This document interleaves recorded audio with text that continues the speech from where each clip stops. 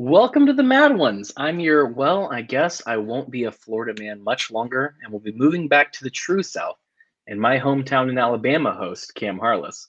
And with me, as always, is your one and only original Jesse, and no one can take that from her hostess, Oh, Miss shit. Jessica Green. Yes. How you doing, Um, Jessica? really, I've been having a weird couple of days, man. Yeah. Um, I'm I looking believe it. forward. I'm looking forward to our guest today because he's a friend of mine, and I just want to move right on past why he felt the need to distinguish me as the original. But I am the maybe original. maybe we'll talk about that in a couple of weeks with a Yeah, different yeah. guest, maybe. Let's So save yeah, that one. you don't get to know. You don't get to know why I said that. But before we get started, this show is 100% brought to you by the fans and patrons. So if you're watching on YouTube, hit like, subscribe, and you know what? You should join the Patreon because occasionally we have early episodes. We have two that are coming up in the near future, and the patrons will be able to see it first, comment, talk to us, be a part of the show. And if you're not one, you don't get to. And we have the occasional Zoom hangout. Last night, I hung out with several patrons and had a lot of fun. We can't get Jessica to come for some reason. Don't know why that is. Probably because she's getting in car accidents. It was the great. It Because was she's a the woman. great. It was the. I don't drive. I don't even. I'm not even allowed to drive. No, it was the great. It's a great feast of the church. It was the arrival of Christ into the temple. So that was a pretty big feast, and I needed to be at church for that, and it ran a little long. So Yeah, I mean, yeah, who sorry wants to guys. miss a feast? Maybe next time. Yeah, But if yeah. you want to join us, patreon.com/the mad ones. Also, I design shirts and mugs and tank tops because tank tops are the best. Being away from Florida is gonna be hard because I really do love wearing a tank top. And my lover, Brad Binkley, will be on next week and we'll both be sporting the black tanks again. So if you want to Okay. get one of those, wearethemadOnes.com/store, pick one up. And that's all. That's all the shilling I'm gonna do Right. because we have a guest. And so tonight we're joined by a niche internet celebrity, a musician, a music teacher, a writer of musicals, a heck raiser, cultural observer, a truther, the host of the Daily Ignoramus, and potentially your favorite morning show host, Mr. Stephen Ignoramus. I can't speak, but I tried. Hello. Hi. How's it going, guys? That's okay. It's a long time. I made you say all of those, I know. So, it's okay if you mess something up. Thanks for having me on, guys. This is really cool. That was a Yeah. heck of an Thank you. intro, by the way. And I will say I feel a little screwed over because Cam, you were like, we're gonna be talking about the real Jesse, whatever that is, in a couple weeks. And I was like, minutes. I don't get to know. I There's want to know. there's so many things. No. Well, Okay. So many we have bizarre things going on. we have a guest coming up that's like Mm, perfect to talk about that if Jessica wants to. okay.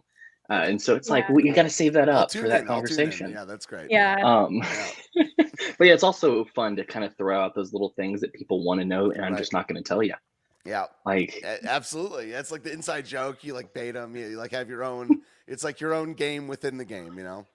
I can DM you what the situation is Okay. after, and then you'll All be right. like, "Oh, I understand perfectly why you didn't want to talk about that on live." Fair enough. Yeah, that's great. because I'm a dick. Yes. Big bit. All right. So you were a musician, and are you still a music teacher? Oh yeah, definitely. Yeah, I Okay. got like fired. I got fired. I had a bunch, like 60 students in January 5th of 2020, and then like January 8th, I had like 10. Yeah. There was a date in between. And And what's and funny yeah. is I didn't know about that until I was like trying to find a couple of fun things to put in the intro. Mm. And then I saw all these articles and I was like, Oh yeah, oh, the hit wow. pieces are hilarious. Yeah, I think it was cool about part of. I mean, cool part. I mean, it was part. A cool part of the process was people hitting me up and say, "Dude, this article makes you seem like a really cool guy." I'm like, nice. Yeah, so I don't know. Yeah, so I definitely teach. I'm trying to open a facility right now so I can do group classes and all kinds like producer camp. Like I've done a lot of camps before with kids and Okay. like do like jazz camp or country band. 12 to 15 things. So yeah, I love teaching. I'll do it for the rest of my life because it's I don't know. It's very low stress for me. So I Yeah, don't know. Right. Yep. it sounds like it'd be fun. Yep. Well, what's funny is I think you're in my like first real interaction was I tweeted. Oh, I know what it was. I had tweeted a thing, a sentence that was pro vaccine, and they found all of the special words Oh, and said that it was misleading. correct. And then it took, I remember sitting there and I was like, okay, I'll do the opposite. And it did the same thing. And then later on in the day, it took the misleading thing off of both of them. And I was like, Yeah. I feel like I just beat Twitter. It's like, oh, Yeah. well played, sir. Like, Yeah. just like that gif, like, Leonardo DiCaprio just like cheersing, in the distance. And like, well done. Well, What's messed up? Go ahead. I'm sorry. I was going to say No. what's messed up about that is now everything that's misleading is now being put out by the official sources. So all of the things that are misleading are the warnings are still there. Like Road to Serfdom. He had that tweet that I mean, they you really saw only made it 900 times on Twitter. Yeah, Like, that everybody has seen 9 million times because they Barbara Streisand that into Yeah. It's a Ultimate mess. Game. Everything's a mess. The mainstream's a mess because it doesn't make sense, and they call it. I don't know. Keep going, but it's just like it makes zero sense at all. Any of the information thing. But then it did turn out that they do want, passports. And so for him to say that was completely accurate. And for some reason, they're going to leave this warning on there that only makes the position more popular. Yeah. It's like, wow, you really just want to cut off your nose to spite your own face. And it's kind of fun to watch. Like, Yeah. really enjoying that. But they don't ever nothing ever happens to them. I have a lot. I don't know what owning someone is. But like people like I dunked on them online. I own them. But like what someone means is they like caught them in a trap, but the person is going to keep just doing what they're doing. So I don't know what that even like. That we call that hypocrisy on my show. Like in the font where you capital like lowercase letter, uppercase letter, lowercase. Yeah, the letter, SpongeBob meme. Yeah, it's like it's how people on Reddit talk. But yeah, hypocrisy because it's like people point out hypocrisy all the time and it does absolutely nothing. So well, yeah, I mean, I think that calling out hypocrisy most of the time is the blue pill position. Like you're not doing anything. It's signaling more than anything. And if you think that you're doing something, that's blue pilled as hell. Yeah. I haven't talked about pills. So on the note of them never actually having to face any consequences for the misinformation that they put out, I have my suspicions on that because today the CNN president, Jeffrey Zucker, resigned under the presumptuous excuse that he apparently had a completely consensual relationship with a female coworker who herself said, yep, we worked together for 25 years. And then during the COVID pandemic, it became more than that. And their only crime in this situation is not disclosing it to HR. That kind of seems like an excuse to me. It seems like a rat deserting a ship before the ship gets torpedoed. And I just have this feeling that Jeffrey Zucker is just getting out what gets good. And it has nothing to do with this female coworker. Yeah.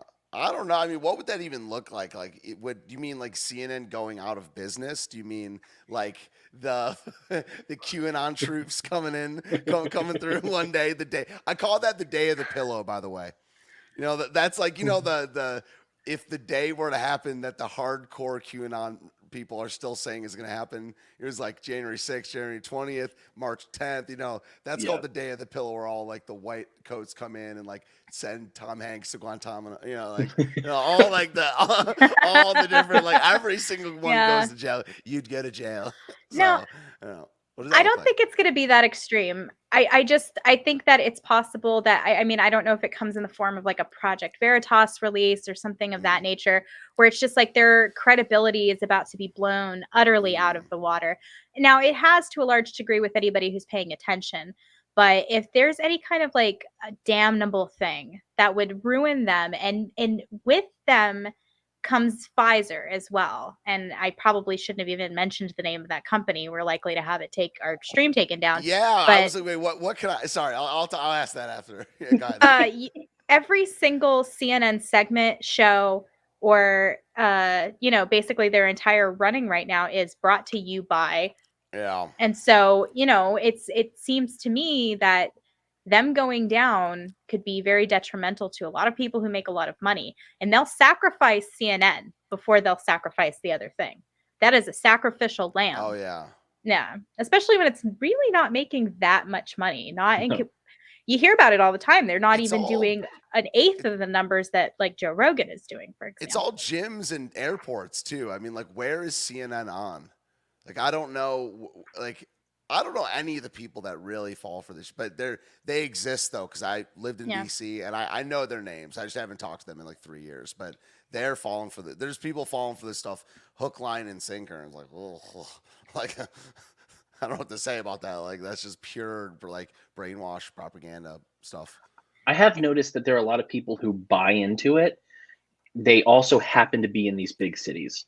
Like there are smaller people within smaller cities that buy the crap, but it's like I have family that's in Los Angeles who bought everything, who talked about how great Gavin Newsom was during this whole thing.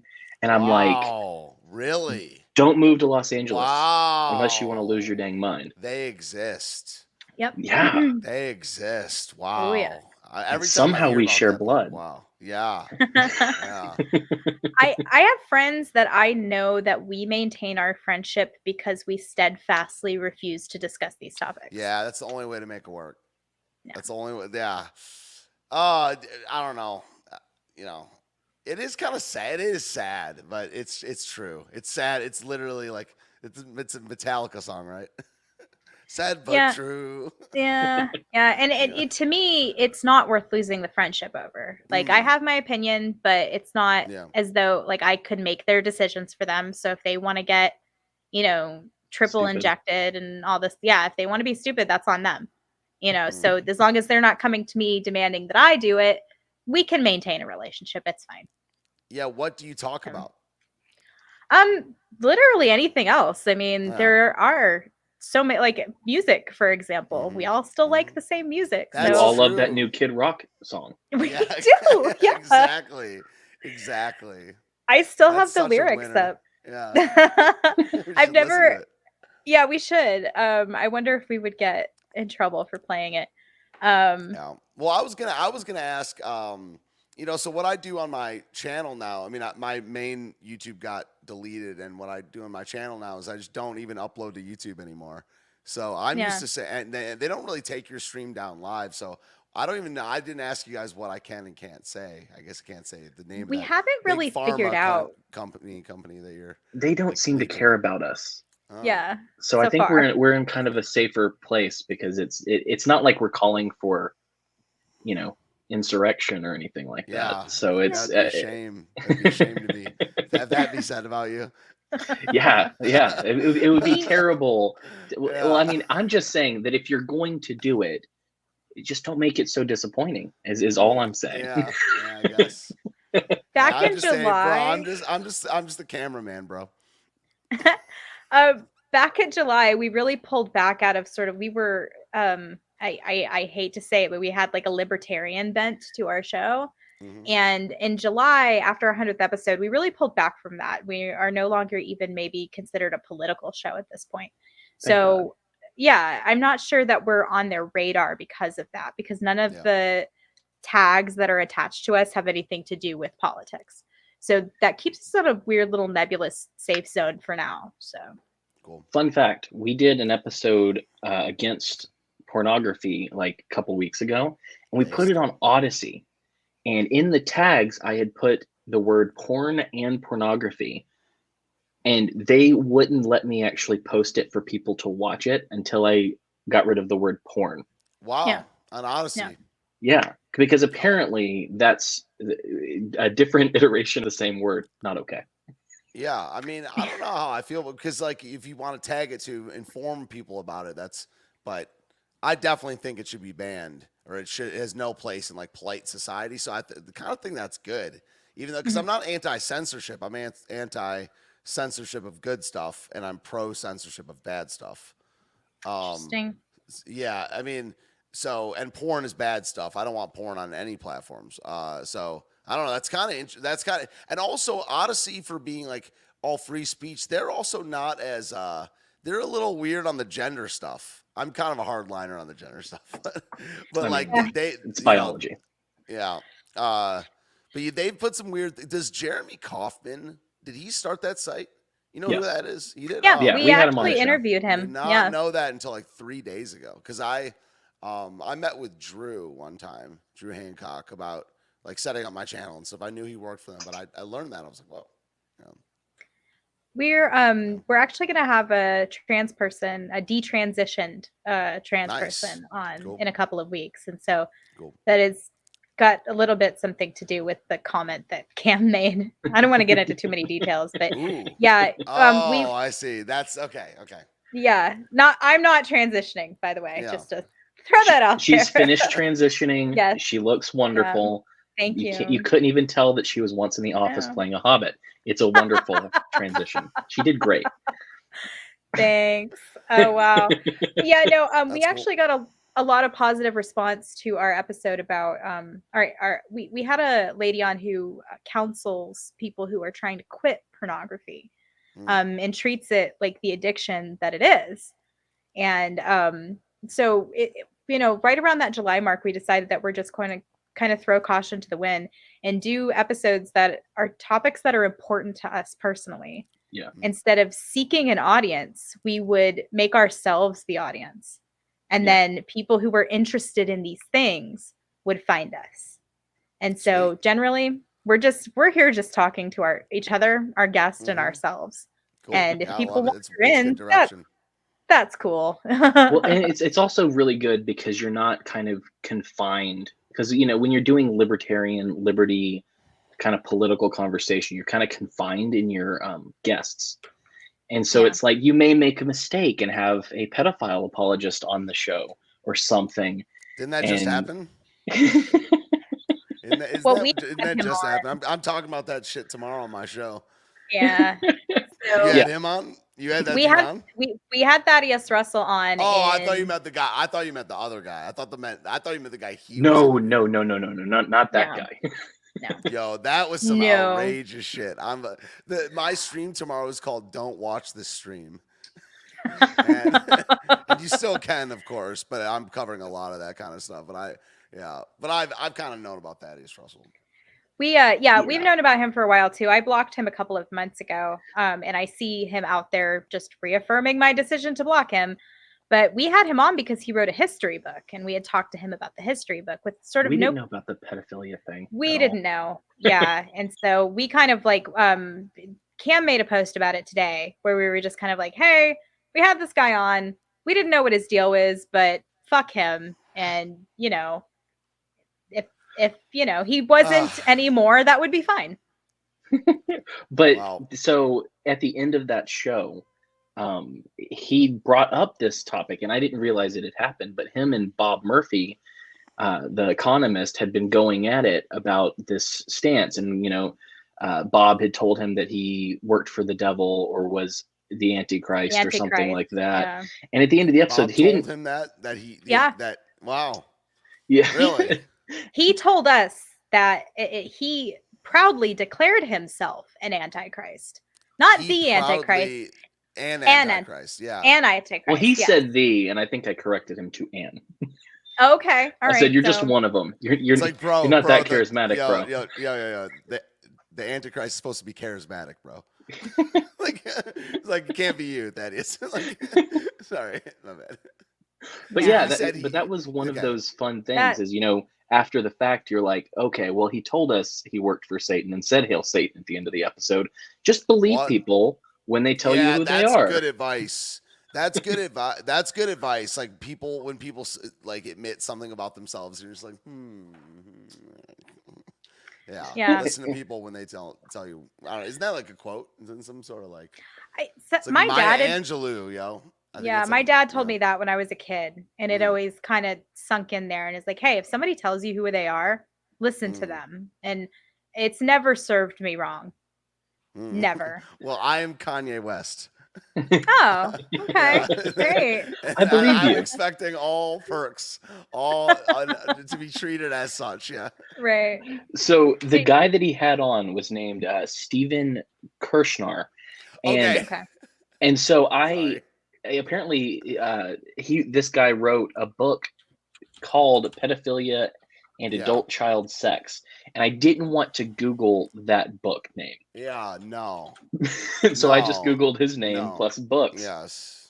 The 3 top books that came up that this dude wrote are Pedophilia and Adult Child Sex, a philosophical analysis, For Torture, a rights-based defense, and Total Collapse, the case against responsibility and morality.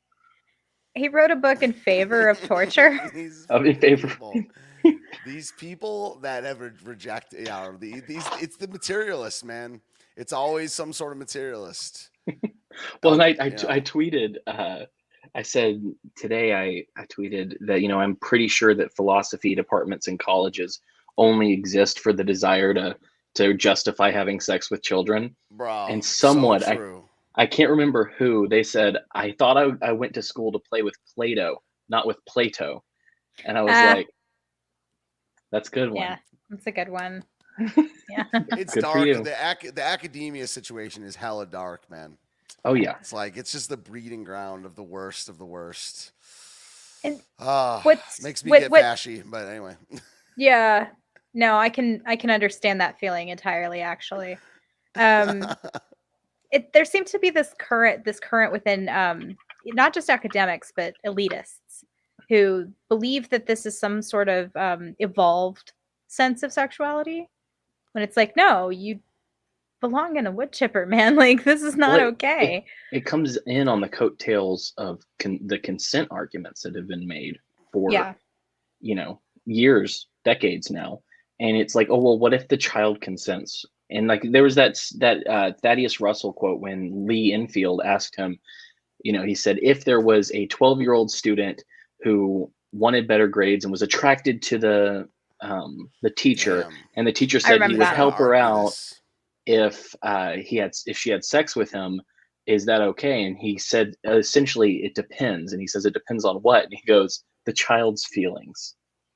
Yeah, that was the quote. So today, this was the news of the town, whatever, on Twitter or whatever. And I like that, news of the town. Yeah. So someone put, and I've never listened to Shane Hazel's podcast until today, and I listened to it because someone put it in a group chat, right? So I'm listening to it. I'm over here on the other side of my office, like, doing audio gear stuff, and I have it on really loud, and I hear Shane Hazel and his radio voice goes like, "You're a pervert, Stephen." And I'm like, what the? Because the guy's name is Stephen. He's like, no. Right. He's like, that argument sucks. No, you're a pervert, Stephen. I'm like, what the? I'm like, no, it's not. You're like, I don't know. I just God? No, you're a pervert, Stephen. Did he have Kirshner on his show? No, he was just ran. It was a solo episode, just him ranting. Oh, I thought you were asking about Thaddeus Russell. He had that guy on his Renegade University deal. Right. And what's the guy's name who did the grievance studies papers that they put into academic journals and they got awards and stuff? What's that dude's name? James Lindsay. Yes, he was supposed to do a class with Renegade University starting, I want to say today or tomorrow, with Thaddeus Russell, and he on Twitter canceled. He said, I'm not going to be doing this anymore. I don't know if he told Thaddeus that in advance, but it's kind of hilarious. I love seeing people respond appropriately to pedophilic apologies. Good for him. Yeah. No, because if no one stands up against this kind of thing, it gets normalized. And every day there's a new article from some mainstream media source coming out being like, is pedophilia really that bad? Yeah. Yes. They always trot it out with their opinion piece. They're like grabbled opinion globalists. They like try to test the waters of whatever. They do this with war. They do this with everything. Yeah. Well, they did it like the slippery slope fallacy It's always used in argumentation against different things that the left has pushed for, decades. How true has this fallacy become? Because It's not a fallacy. It's not. Right. Yeah, the slippery slope is just the slippery slope. It is. Yeah. Well, it's like, yeah. because it was like on the heels of the first round, when I was seeing them come up, the first round of pedophile apology articles, there was also one for like doing it with a horse and other things like that. It's like Cenk they Uygur was cluster. advocating. You know about that? Cenk I Uygur don't. was like, he has a couple pro bestiality comments like 5 Oh. years ago. If that guy could, I never thought that guy could get more disgusting than he already was. But you should never say you can't get more, because they'll always find a way to get more. Oh my God. Anyway, It doesn't surprise me about him. He's filthy. Well, in this softening of things to make them more normal always comes down from academia. It always comes down from the universities, and of course they try to fit as many words into everything that they write, so that they look smart and that no one else can really read it. And then you see the people, it filter down to the public, and the public's like, okay, I understood this point, so let me say this, and maybe the child's feelings matter. It's like, they don't. No. Child's feelings don't matter. You don't touch them. Yeah, they don't matter in this respect, No. Yeah. It's not just this though. Like, this is the most extreme example and it's the most obvious, but it's not just this, because there's other things like gender deconstruction and stuff like that, where they'll start doing that exact same thing, where they'll add as many like $5 words, as my grandfather used to call them. You add as many $5 words to something so that you sound brilliant about what you're talking about, when in fact what you're saying is nonsense. And I saw one of these gender deconstruction arguments, and, do you understand that, was the last thing. And I was like, do you understand that gender doesn't need to be deconstructed? Nobody is asking for this. It's not necessary. And in fact, you're tearing young people to shreds who are already dealing with really complicated identity issues, and victimizing them, not simply in terms of their consent issues, but their very human identity of who they will grow into, their nascent identities.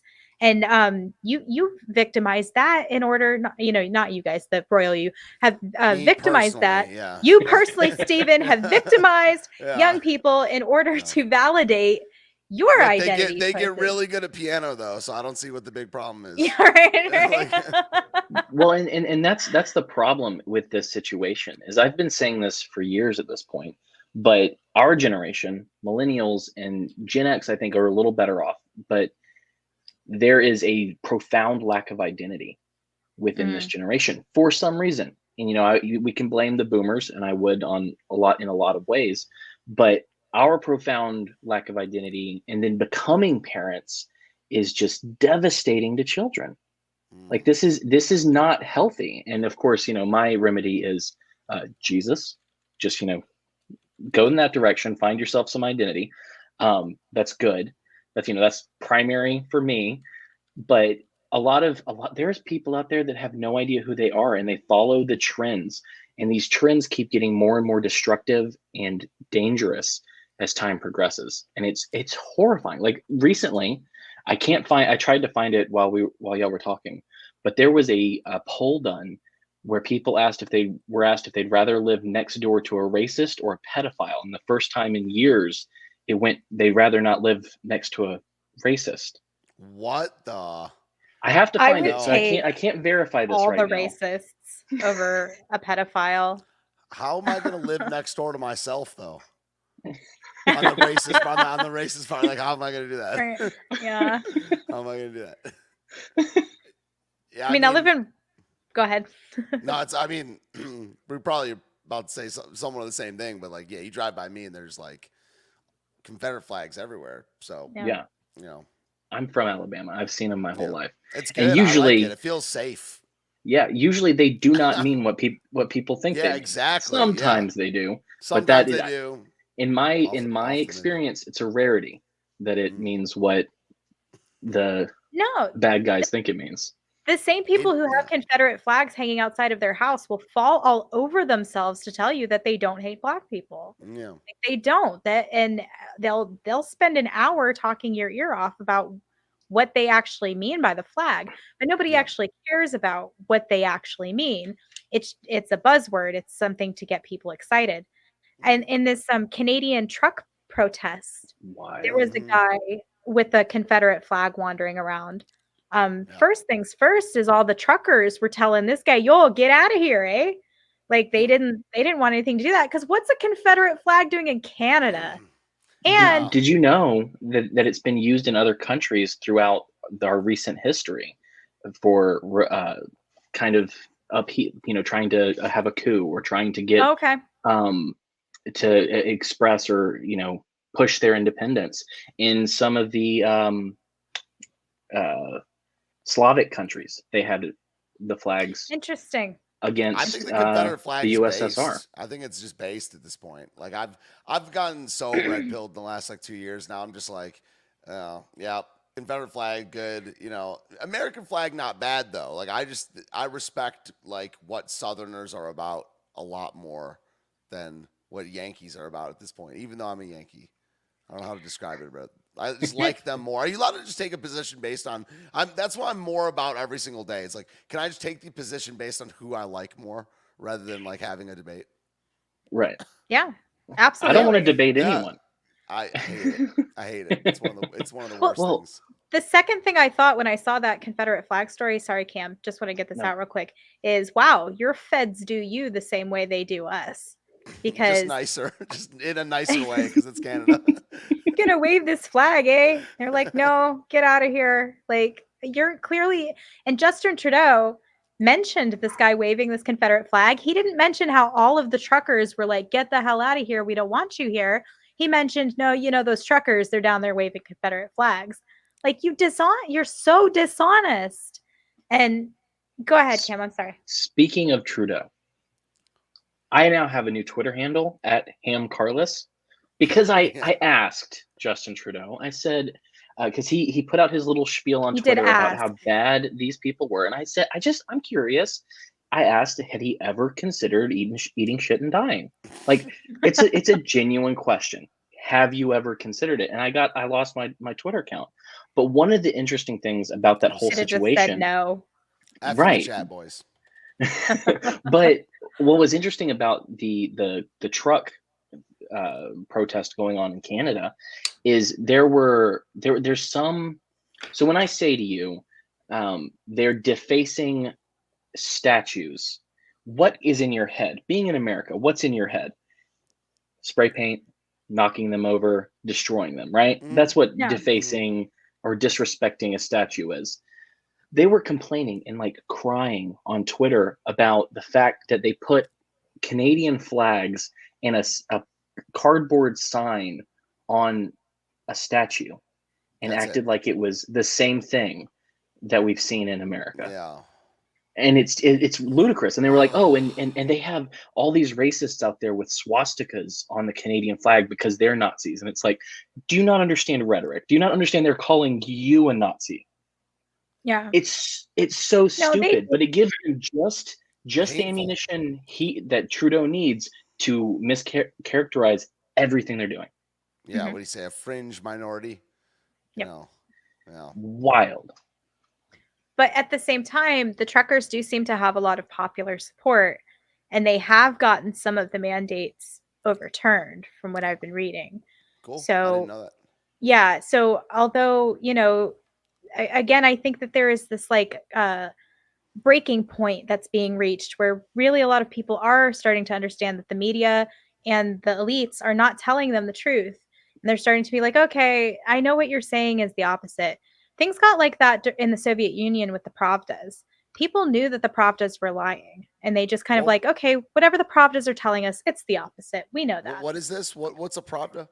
So the Pravda was the press, as it were, during the Soviet Union.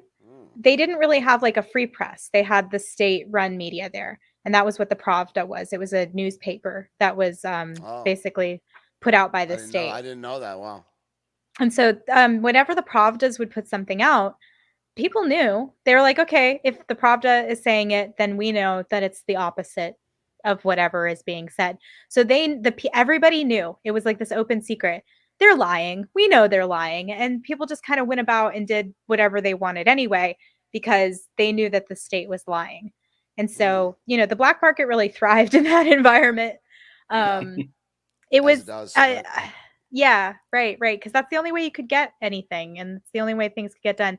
And by the 80s and 90s, like they had, I make this joke that McDonald's brought down the Berlin Wall because they were smelling the French fries over the wall, but that's not that far from the truth.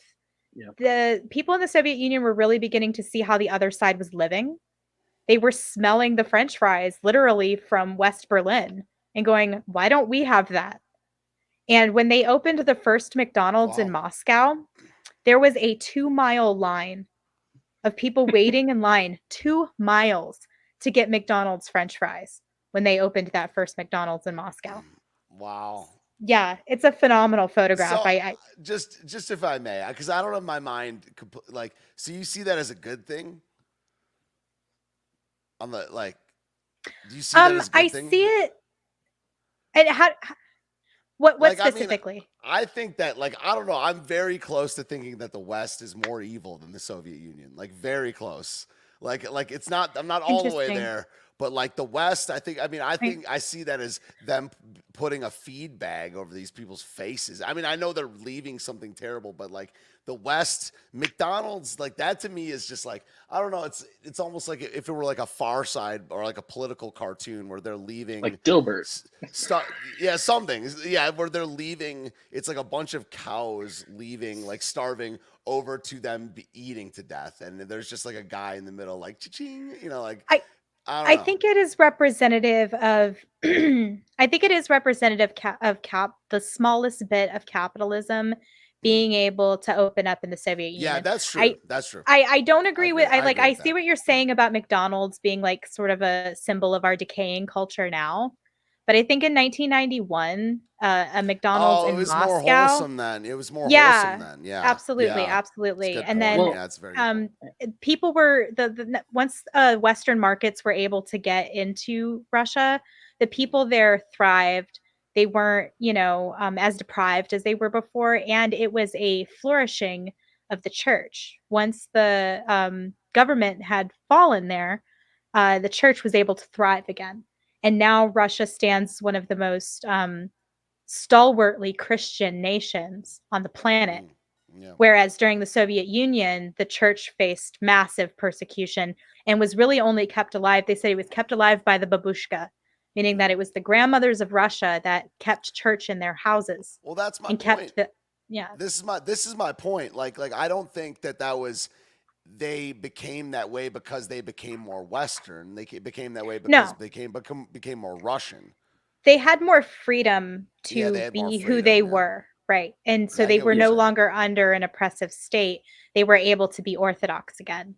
And so I do view that as a good thing. I do view this. Those are linked for sure. The freedom thing for sure. Because communism is atheism. They had no God. Did they have any semblance? Do you know if they had the Soviet Union had any semblance of a puppet church? Yes, in their state. They did. A lot of the Orthodox priests who didn't fall to the persecution were accused of working with an oppressive government. I do tend to take a little bit of a sympathetic view of them because I do think they were trying to keep the church alive. And if they hadn't worked with the Soviet government, their churches all would have been destroyed. And so those, what do they call them? Collaborator priests. Yeah. I do think went as far as they had to in order to keep some of those great cathedrals standing.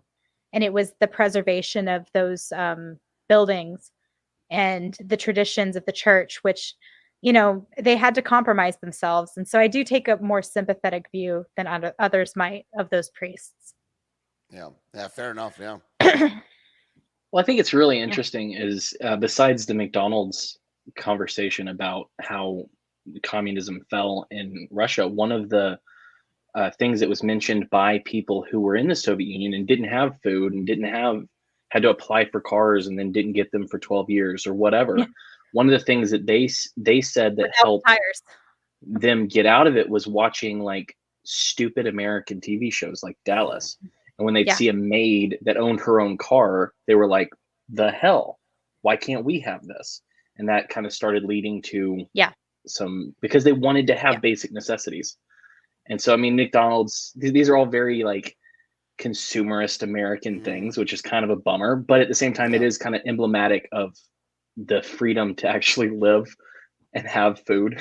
Yeah. So, I mean, that's kind of positive. It beats the alternative. I will definitely say it beats the alternative. I do see what Stephen is saying in terms of Russia now has many qualities about its culture that I prefer to American culture. They are very family oriented, religion oriented. Yeah. Yeah. So yeah, in terms of where they are now in their ability to more freely be themselves, and people will point at Russia and say, well, they persecute their journalists. Do we not do that here? Shit, it's kind of ridiculous to say that when Julian Assange is rotting in a prison for exposing the American government is not worse than what anything that Putin is accused of doing, which proven or not proven, we know what the state is doing to Julian Assange. Hid in Russia. In Russia. He fled to Russia. Yeah. So if I'm not at my house tomorrow, you'll know why. Yeah, that's true. Because she'll be in Russia. Yeah. No, because I'll be in some camp because I said I liked Russia. I can't speak Russian. I just assumed you'd escape them. Yeah. Oh yeah, no. You're tiny. You can just hide. Yeah, you can I can duck and weave. You can burrow. Yeah, you can burrow. You can Oh. Man, if I knew the language, there'd be some considerations to make because it's base. Yeah. It's because the thing that you got to keep. Everyone has to always keep in mind that when the American government, as it stands, is not American. It's this globo homo thing that it's way worse than the Russians. The Russians are kind of bad. I prefer the Chinese to this regime. Interesting. I do. I really unironically prefer the Chinese to this. But if Trump would have won, I would like that more. But it's all about what regime is in place. To me, at least, it's not about party. But it's the Trump regime was something different, and the Biden regime is just same old gay bombs everywhere. To his credit, Trump would not be getting us into conflict with Russia over culturally Russian lands in the Ukraine. And Ukraine has a anti-Jewish supremacist government that was placed there by the United States. So, they're actual Nazis. Yeah, the Ukrainian literal actual Nazis. Those are Nazis, yeah. It placed there by the United States. The United States ousted their democratically elected government and put in place a puppet government run by literal actual Nazis. We're not the good guys here. You talking about the comedian? Isn't that guy a former their version of SNL type actor?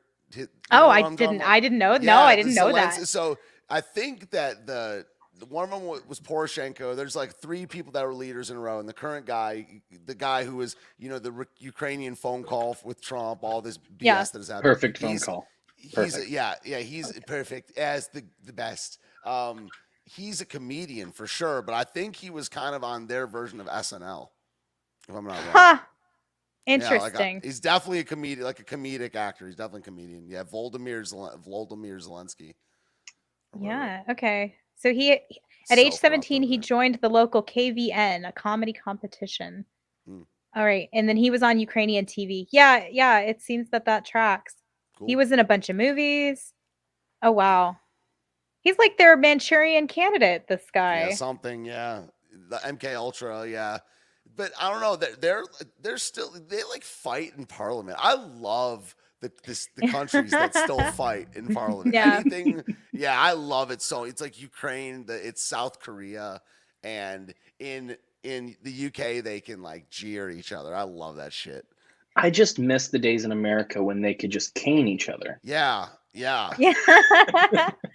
If we had Dude. to elect leaders based on how well they could fight each other, elections would be very different. That's all I'm saying. But I don't want Joe Rogan to be president. Yeah, I was thinking the same so I thing. don't know. I think of a different story. We got a different like criteria. Joe Rogan fact checks people in real time. That makes me feel like Well, he'd be him and Jamie would Well, like so run does that. Tim handler. Pool. I feel like Jamie's his handler, yo. Yeah. like Jamie gatekeeps everything, you know. Like how do you Yeah. know he knows? He he basically tells him what Google says. So I don't know how much of Yeah. a fact check that actually is, but Yeah. he at least tells him what Google says. That's true. I don't know. I don't know if I agree with you that I wouldn't want Joe Rogan as president. Like, as presidents go, I mean, Yeah, that would be better than most. yeah. Do you remember? I think it was Canadian. There was a Parliament video on YouTube of this woman using the word fart in a speech, and then the other woman going, It's on the. It's "This like is on. Yeah. Let's see if I can find it. Y'all talk. I'm gonna find it." Oh I think we're covering no. this tomorrow on the show. Yeah, we got always. You know, we're just in the time we're in, guys. We're just in this timeline. We're just living, having a normal one in this timeline. That's what we're doing. I think that the fact that we've needed to have these presidential figures that are like meet some kind of like moralistic standard that's completely fake. Like it doesn't actually track, and they're actually, you know, most of the time like money launderers and gang members underneath. We just could be a little more honest about that and actually like just elect someone who, like Joe Rogan, who is willing to like smoke a blunt while he's talking to the press corps or something like that. You know, I'd be like, okay, honesty. At least we have it, you know? Yeah, that's a good point. Absolutely. Have you seen this before, Jessica? No. That's wonderful. Why isn't the government talking about how to retain skilled labor? Why isn't the infrastructure minister talking about how to implement infrastructure funds and get construction workers back to work in Alberta? Why does this government treat Alberta like a fart in the room that nobody wants to talk about or acknowledge? That is where my constituents have been at with this government for over a year. And you know what? We're tired of it. We watched what happened. I watched what happened in Brexit. Oh, and by the way, constituents, as I'm giving this speech, there's Liberal members across the aisle that are laughing at me. And they're laughing at you. I watched what happened in Brexit. And I... Point of order, the honourable member for Saanich Gulf Islands. Interrupt my friend in her speech, but I heard her say a word that I know is distinctly unparliamentary, and I think she may want to withdraw it. The word was F-A-R-T. Oh. The honourable member for Calgary Signal Hill. Are you serious, Mr. Speaker? Like, is my She's saying she wants it stricken from the record. Yeah, Yes. for being distinctly unparliamentary. Yeah. I think women should be stricken from the record. Women in Parliament should be stricken from the freaking record. You know? It's such a disaster. Yeah, maybe We live from in the such a church stupid too. time. Yeah. Yeah, we Oh were yeah, you watching- were telling me something about that the other day. Who, Some me? female pastor. You. Oh yeah, no, I found some female pastor who was making the least sense of any human being I'd ever met on earth. And I was like, oh, this is what St. Paul was talking about when he's like, women should not teach in the church. Like, maybe they shouldn't be in the... Oh my gosh. Have you read the freaking Bible? Yeah, and like, do you guys know woke preacher clips? No. I don't know that, but They're did kind you... of like the libs of TikTok of you know, of progressive woke pastors. Is that on Twitter? Twitter? Yeah, Twitter. They're on YouTube. Yeah, woke preacher clips. Because that sounds up my alley. Yeah. Oh yeah, it's miles of cringe. Fruit by the foot length of cringe. There was this TEDx talk I saw the other day of a woman pastor who was talking about how Paul's writings were gay affirming, and they were queer writing. And Oh, her the examples pain. were that Paul was pro queer in this thing, was that when who was it that drew the Paul said it was better to be celibate than to have sex yes. with women. So I highly doubt that he was gay affirming. I'm sorry, please continue. I'm just shocked and appalled. Well, her examples Appalled. were Sorry. so dumb. Because you know that what's the verse? I think it's in Galatians. There's neither Jew nor Greek, nor man nor woman. She was like, and this is queer for me, because it's not far off to say queer or not queer. And it's like, but he didn't write that. You're adding to it to make it queer writing. Yeah. and who was it? Boy, Who was like, it that drew smear the queer writing? Sorry. Go ahead. What's that painting, the Last Supper? She goes, and this is how you can know that the Bible is pro queer, and she shows the picture of the Last Supper, and she's like, "Do you see this person right here?" And she circles John the Apostle, right? And she goes, "This is John the Baptist." And John the Baptist at this point in history was drawn effeminately. What? Dude was so dead at that point. What? but that was first, she got the person who was at the table wrong. Secondly, she appealed to medieval paintings to say that the Bible was something. And I was just like, you know, I think that women. I didn't even think about that. I was just like, John the Baptist is dead. John the Baptist has no head at the time of the of the Last Supper. Like, it's crazy. But I didn't think about you're appealing to like a painting. Right. Women it's so bizarre. I think that women have a lot of good things to say, but I think that history shows their sermons suck, and they shouldn't be allowed to do that. They shouldn't be like the leaders of like institutions. Like I don't know what better way. Like the institution of the family. Like there's a hierarchy there, but it's like I just don't think it should be like businesses, churches, government. You know, like big boy shit is big boy shit. C.S. Lewis made a really good argument for this that made a lot of sense to me, which is the reason that the man should be representative of the family is because women have a different nature than men when it comes to the goals. They are fanatical when it comes to the protection of their own children. And so when dealing with, say the family dog bit a child, would you want to deal with the husband or the wife in that situation?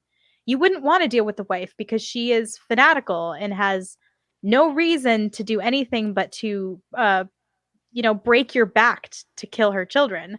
Whereas the husband might actually take the tactic of like having to deal with you and realize that, your family has to operate within the confines of this neighborhood. And, just the way that women respond differently to the world made a lot of sense to me in context of the protection of their children. Mm-hmm. We're not diplomatic. We're not diplomatic at all. And we shouldn't be. We should be fanatical and fascistic when it comes to the protection of our own children. And so in that regard, you may want to deal with my more diplomatic and calmer husband. Absolutely the case. Absolutely the case. Until he stops being that, and then terror reigns. Yeah, that's always on the table. Then y'all fucked up at that point because, I sent him There's out no there. coming back. We had our neighbors were doing, when we had the snow, our neighbors were doing donuts in our front yard. And I was furious about it. So I marched down there and I was like, look, you need to go out there and tell those people to quit doing donuts in our yard or I am going to burn something down.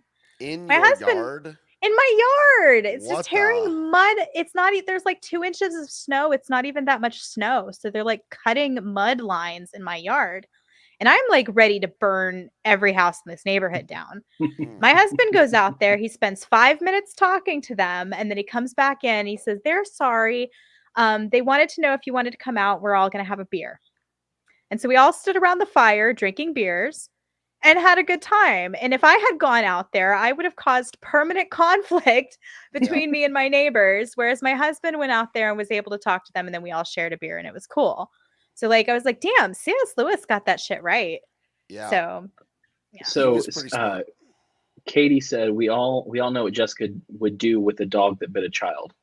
She would eat the child. Oh, famous Yeah. dog killer. Yeah, that's right. Yeah. Famous dog killer, Jessica Green. This Well, okay. what's good about it is if the bite's bad enough, she gets to eat the child as well. Mhm. Yeah. So So I mean, it's a double on win for this Jessica. show, Yeah. on this show, I'm known as a famous cannibal, but on Stephen's show, the way that my chat comment came up was just Mhm. like unfortunate, and so it made it sound like I thought that dogs should be killed. Yeah. So now Based. everybody on Stephen's show refers to me as some kind of dog murderer. Famous dog. Yeah, dog killer. Yeah. Right, I told you guys the Chinaman was kind of based. right. So I am both a cannibal and a dog murderer, apparently. I've It's a got quite wonderful the life. reputation around the internet. Yeah. Big facts. You were also thick like a soup can. These are the Yeah. things we know. Yeah. Mm. It's wonderful. Thank you. Thank you for that. Great. Is that the first time I've let out what that joke was about? That Yeah, I became your think handle? so. Yeah. I'm changing my Twitter handle pretty soon because it's Oh, I actually a had dick to. joke. Oh, Yeah. is it? Yeah. Mm. And I'm kind of tired of welcome. it. Yeah. Because everyone's always like, well, you're an anarchist. What do you think about? Shut up. And I'm not. You know, Stephen was actually one of the people who kind of helped me realize that I wasn't an anarchist.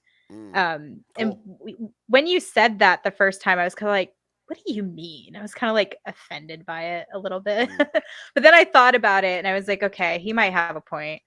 So that leads me to ask a question that we actually ask on this show all the time. And we normally leave it for the end, but I think that it might open up an avenue of some things to talk about. So I wanted to ask him the one about when his red pill moment was. Shit. So yeah, like, so not, of course you have been saying that like you've had a lot of red pills over the last 2 years, but when is that first moment you had Oh, when you kind of man. realized, oh, something's not quite right Oh, here? man. Yeah. I don't know if you had to point to one. It's like the hardest thing ever.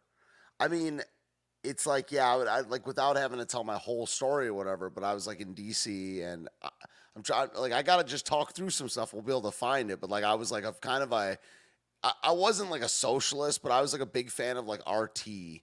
And like, I was a conspiracy guy. And this is probably like 8 years ago. Big fan of RT, like Abby Martin. And Yeah, me too. all Yeah. yeah. And like all my friends were lefties and stuff. And I was just a musician. And then over time, I started like just investigating kind of history, conspiracies, philosophy, religion more. And then that led me to, I talked about, I had like a couple, like 3 extremely failed podcasts with my friends. And then I started streaming, and then I became a Christian like 4 months into streaming in early 2019. Trying to think, what is the one red pill moment? Okay, I have to give you 3. Okay, I have to give you 3 because, well, 4 actually, but they're all the same type of thing. Nothing red pilled me more than being out on the street, seeing how people behave. That's really has been the like. So like, I went to my first event was in 2019. I went to the Demand Free Speech rally, and that was like Gavin McInnes, Milo, all these types were speaking there. It was my first live event, and I was like, wow, that was at the time I was not MAGA, but I was not anti-Republican or anything like that. But I met all these MAGA types, a bunch of Proud Boys, and they were like really cool. And all like the anti-fascist people. There was Antifa there, but there's also just like anti-fascist activists that are just there without their face coverings on, and they all sucked. And I was like, wow. I was like, that's very interesting. Then I covered a pro-gun rally in Richmond in early 2020, and that was also, I was like, these people are the shit. Learned about guns this whole time, and then I went to the George Floyd protests, riots in 2020, and that was insane, seeing what people were doing to each other. That red pilled me, and then finally January 6th. These were my 4 big red pills in hindsight. But I just do a lot of listening to like videos and online research and talking to people, and that part is kind of red pilled me. Really, it's just nothing. There's nothing like being in front of people the way they really are and how they react in pressure situations and mobs. I mean, mob mentality is real. Viewing, like observing how mobs behave is pretty fascinating. So those 4 were definitely in-person events. Was there a specific I moment, sorry, during the George Floyd protest, you're like seeing the George Floyd protest? I would never have gone down there. That would have terrified me. I would have Well, felt like I was in danger. yeah, I mean, I was. I mean, but first thing, I mean, this might just be I might be like a psycho or something like that, but these things are very fun. Like these things are Okay. very, very fun. I mean, All right. it's my favorite thing to do. Like, Okay. yeah, the rush of it, and you are in danger. It's awesome. You know, it was interesting because it was mid-COVID year 1, so most people had masks on, and you know, when the live chat gets me going and like I'm like riffing, I love like racial humor, so or whatever, just risque humor, I guess. And Yeah. so I would wanted the freedom to like crack my racist jokes in peace. And I don't wear a mask ever, but I did for the George Floyd things, so I could like be like, you know, say whatever I want, like under my breath to the live chat while I'm filming stuff. But no, I mean, I don't know. The crowds were really bad. I mean, these are some of the worst people ever. I mean, I don't really mean that more judgmentally than it is, but these are really like the scum of the earth, like the people that are down here at these leftists, like the BLM foot soldiers, the Antifa foot soldiers, the way they treat each other. Like, imagine how they would treat their enemy. Look how they treat their friends. And Yeah, that's wow. some of the stuff that I got to witness, and just mental illness and daddy issues run amok. I mean, there's some decent. Were they stupid?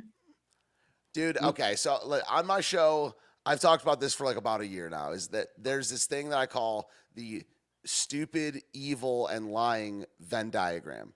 Okay? Okay. And like you said, so I think the poster child for this is someone like AOC, where you literally can't even tell how much like retarded, evil, or lying she is. And it like transcend, like, so a lot of them are stupid. They're definitely stupider than the people in power. But no, they're mostly mentally ill or evil. Gotcha. Wow. But they're not like, I don't know, but they think they're smart. That's the thing with these, and they all are college educated. It's academic as well. So they think they're making arguments. They're saying stuff and it means nothing, and they have signs, and you will get your ass whooped if you like it's a gang. So if you flash the wrong colors down there, you know, you will get your ass whooped. You will get thrown the hell out of there and probably like stomped. So Wow. you just got to go in, you know, I don't know. I don't look left wing. I don't think I look too right wing, but I don't look left wing. But yeah, I just put the bandana on, made some jokes. I mean, they were throwing bricks at cops and stuff. I got that on camera. You know, like there's a lot of things that, yeah, it's just chaos. I got actually hurt more by the cops than by the protesters. I got shot in the leg with a rubber bullet. I got tear gassed like 3 times. Oh my God. But they were I was getting threatened. Those were all accident kind of things, but I was getting threatened more by the Antifa types. When it got shit changes instantly as soon as the sun goes down with these things. Yeah. I've now done like 20 or whatever. As soon as the sun goes, that's where the freaks come out, like the creeps and the freaks and the piercings and the black bloc, and the cops are menacing too. And yeah, some of the other ones, like the Stop the Steal one in December 2021, right? 2020, sorry, was pretty crazy because that's when the right wing started becoming anti-cop. And I remember being with the Proud Boys, and I remember being with a bunch of these distant right wingers. Then they were like going after the cops, not like attacking them, but just being like, "Listen, just go home." They were like, I'll never forget this interaction. The Proud Boys are just like, "What are you doing here? Talking to the cops? Like, go home. If you go home, we'll have the streets cleaned up of this filth over there in a half an hour, and you know it." And I was just like, "Damn, this dude is right." Because all they want to do is just like get rid of Antifa, and if it were like a fair fight, I don't know.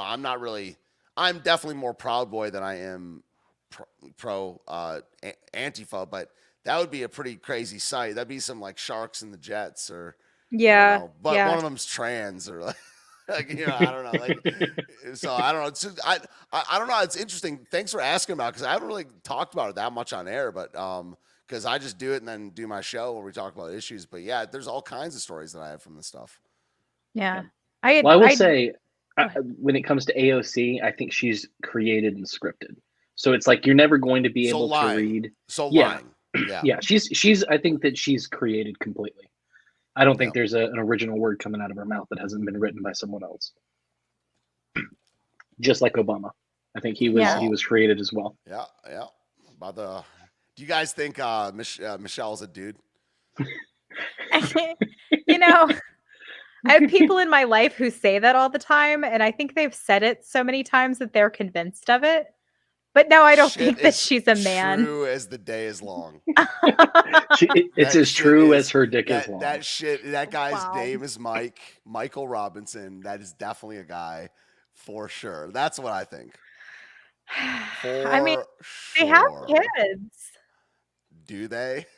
I mean, there are kids there. Shit, I know. I've seen them. I mean, I don't know. No, they know who their parents are.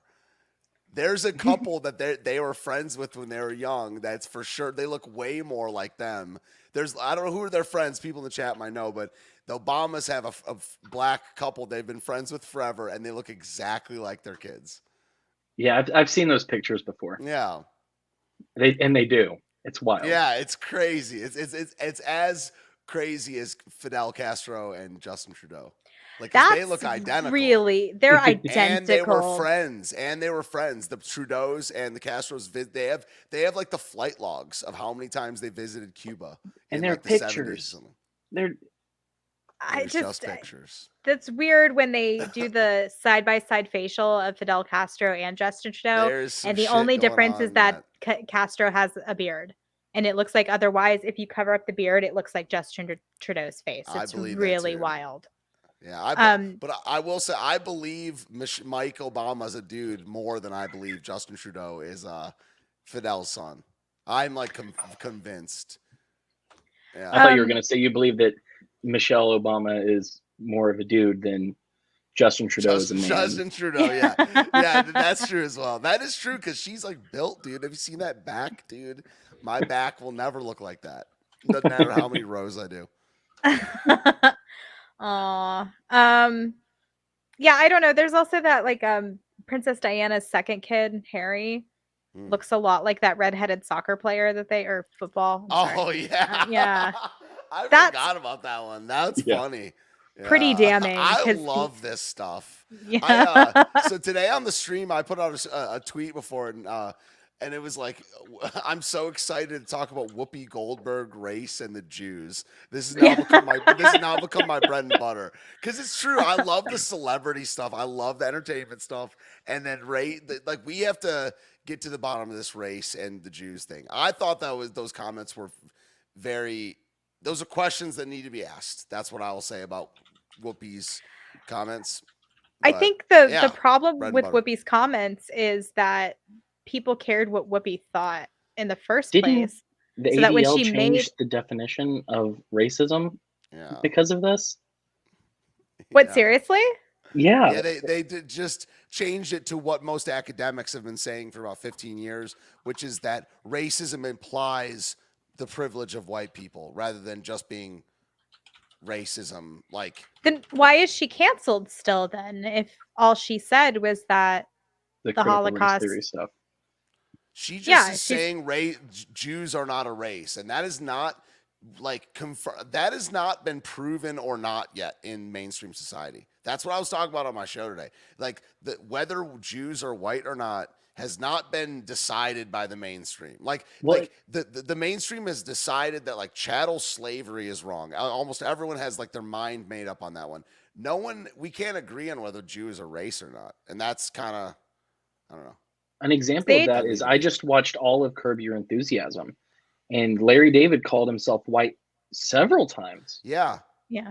And so it's like that I found that really odd because I was like, are you white or, I mean, not that I give a shit, but are you white or are you Jewish? What's the thing? I will say I give a serious shit I give a serious shit about this subject, and I can explain why. I don't know, like we want to talk for like 25 hours, but they use it for all kinds of stuff, like the race and Jew and group thing. The way the mainstream understands this is going to lead to genocide and failure 100% of the time. By the way, the inherent in the definition of the way we understand words, like because yeah, and you can't unsee because they use it for word control. Like you said, the ADL, the SPLC, they do these like hate campaigns, and I've had a small one targeted at me. It's fine, but it's like it's all about the words they use and whether they have meaning, and they don't. You don't get to say the meaning. They get to 100% of the time, and they get to change it when they want. And the Jewish thing is a big part of that. So that's why I give a shit. Well, what I mean is, first off, you know, I do think that the race conversation and the way we address it is just making things worse now. I completely agree with you on that. I don't care what Larry David says. Oh, I see. No. It's just, it's just like, yeah, I mean, on that small level, yes, but a lot of Jewish comedians do, for instance, Sarah Silverman, Seth Rogen with the Santa Inc. thing. They're like openly saying like, oh, all the anti-Semites really don't like hate us being Jews. Looks like we have to like, Rogan is on record saying he wants to like breed white people out of the planet. They do, and Sarah Silverman like pissed on Jesus or whatever. What is it like? Larry David pissed on Jesus. Sarah Silverman said she would kill Christ again in a joke. It's like this is kind of a common thing with Is it a joke? No. Well, I mean, that's an important quote. Let me ask something about that. When someone says they're kidding, do they mean they don't mean it, or they're saying it in jest?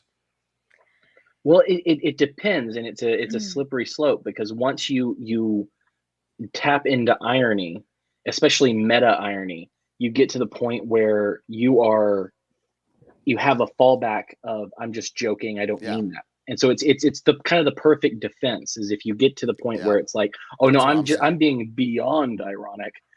You can't be criticized for what you say. See, I think she would do that. Do the act she's describing, regardless of the level of jest she's saying. I think she would do that.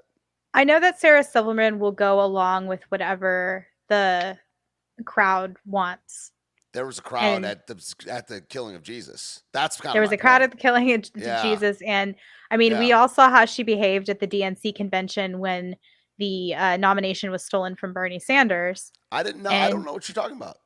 When was this? 2020 or 2016? This is 2016. So they stole the nomination out from under Bernie Sanders, and then sorry, my phone's ringing. I got to turn that off because I can't hear you guys.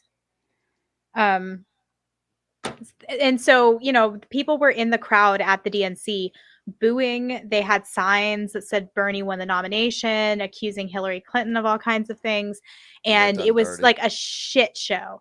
And Sarah Silverman got at the podium and she said, all of you Bernie people are being ridiculous. You have to calm down.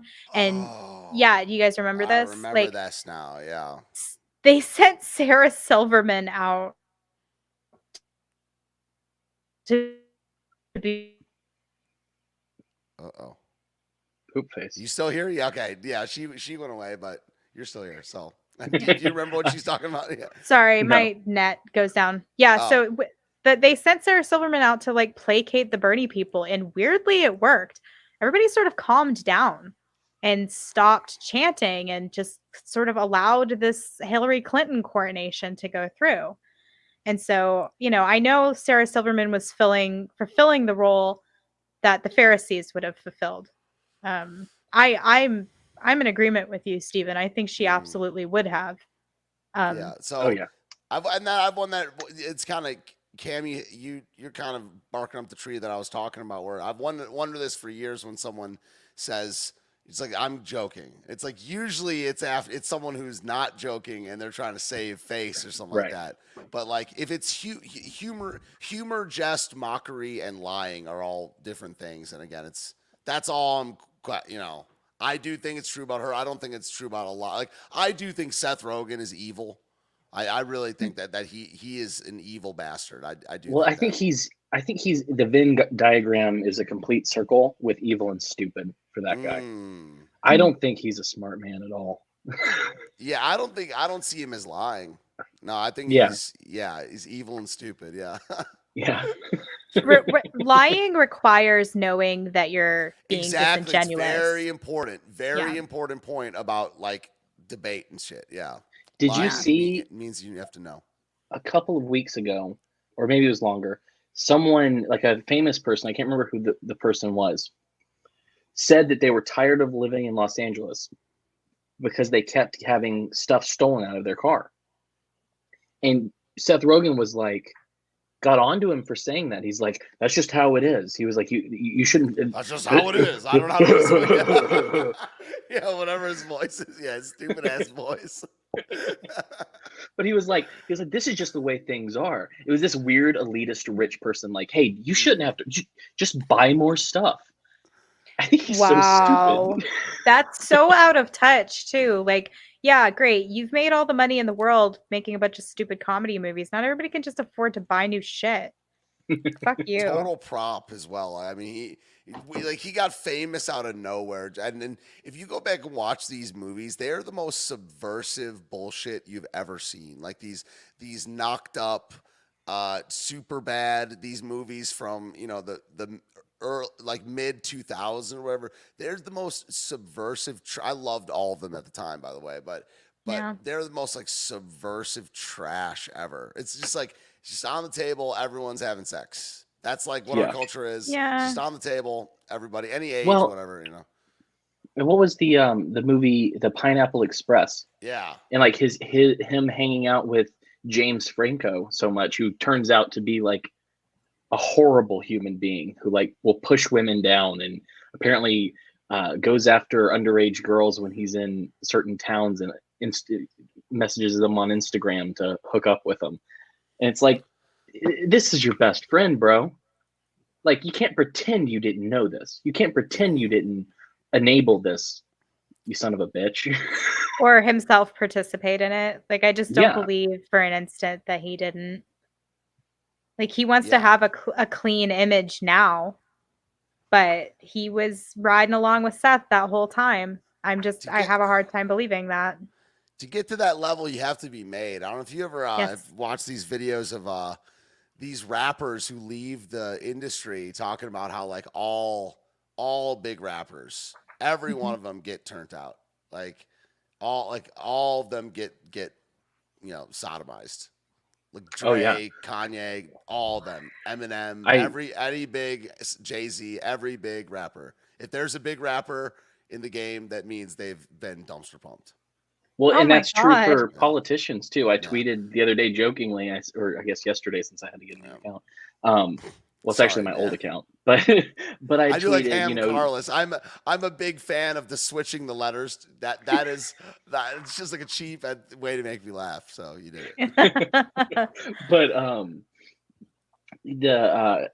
I said, your favorite politician got the job by bending over in front of an owl statue.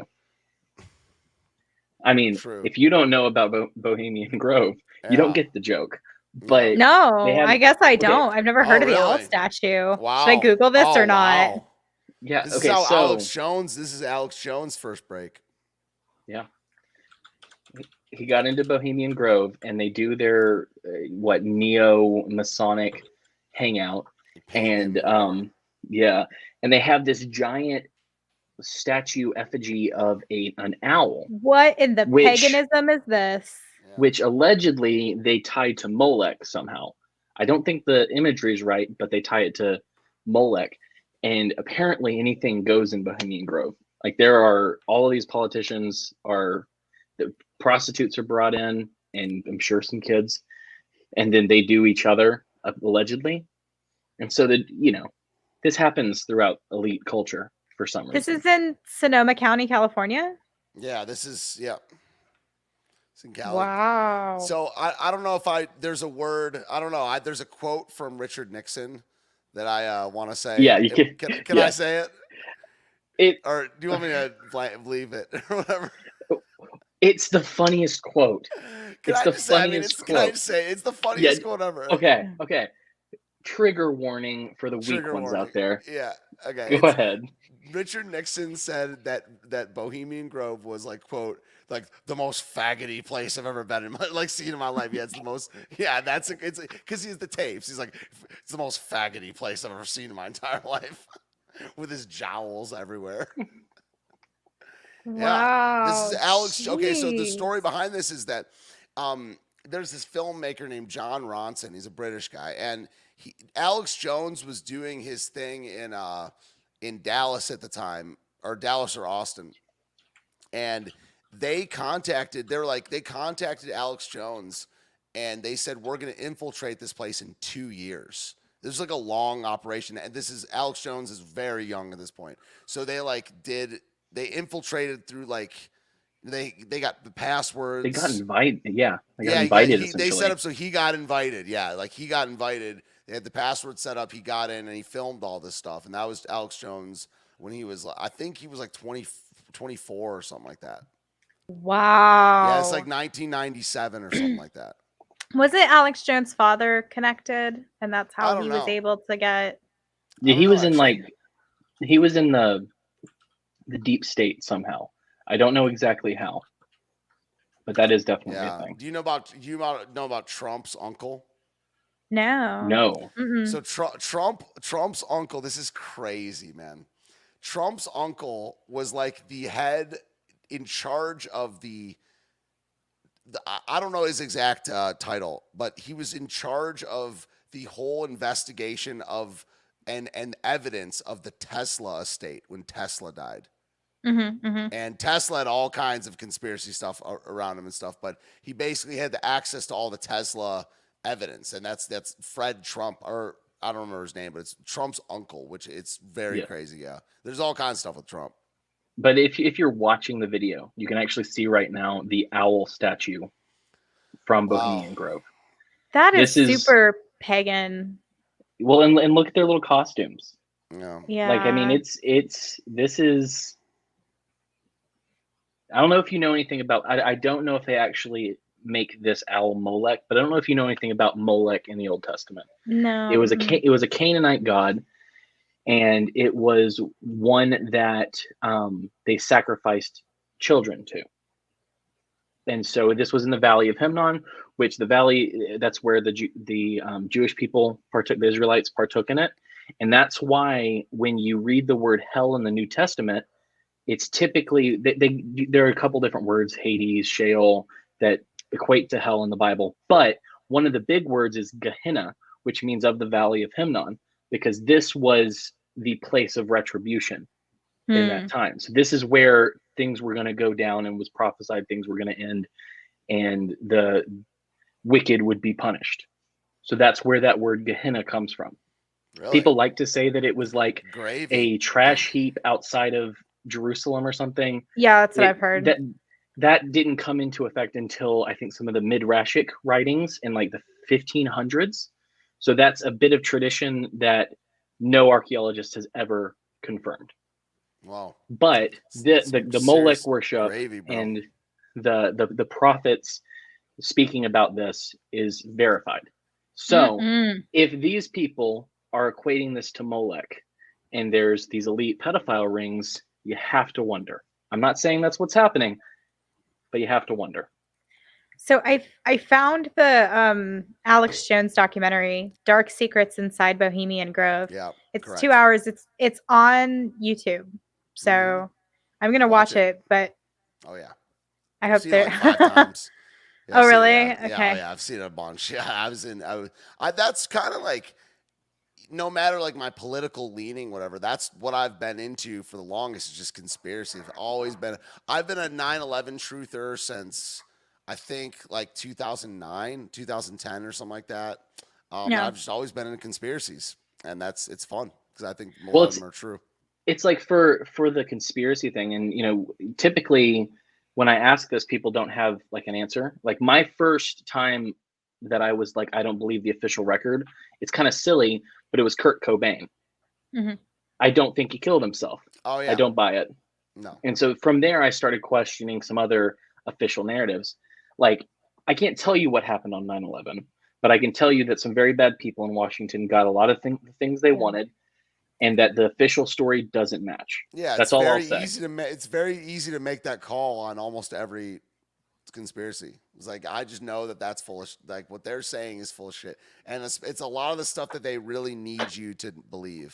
That's another good, like, way to discern what's. It's just like, if they need you to believe something so bad and there's like high stakes behind it and they're like Yeah. making a fuss over like you have to believe it, dude. There's some bullshit there. Yeah. Well, I mean, just look at the last 2 years. Yeah.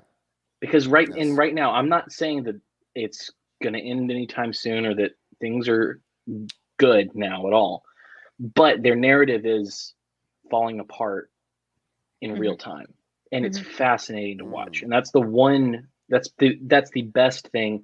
There are a lot of bad things about social media, but that's the best thing about social media, is that the information is out there and verifiable faster than they can spin the narrative. I Yeah, will that's say, great. and this gives me hope. I have some friends who are distinctly apolitical. They're very much go along to get along kind of people. So when the vaccines came out, when the masking mandates were out, they did what they had to do. They wore masks, they got vaccines. Recently, we were over there and we asked them, "Are you guys going to get boosters?" And they said, "Oh, hell no, we're not getting those Really? boosters." Yeah. And so that Yeah. kind of like White was pill. a major white pill for me, because Yeah. I'm like, these are go along to get along people. They're not getting boosters. So, Well, there's and there are a lot of cracks in the people narrative. who got it and then got Omicron, which I think Mhm. is, let's be honest, it's now, if it's not in endemic status rather than pandemic status, if you buy all of that stuff, it was a bad cold. Yeah. Mhm. I mean, how much longer can they hang on to this? Yo, I think that, like, I'm actually still sticking to my prediction. I in like mid 2020, I said a decade. Oh, And wow. Decade? I'd be sticking to my story, bro. I think I that they're hope gonna keep not. this shit going.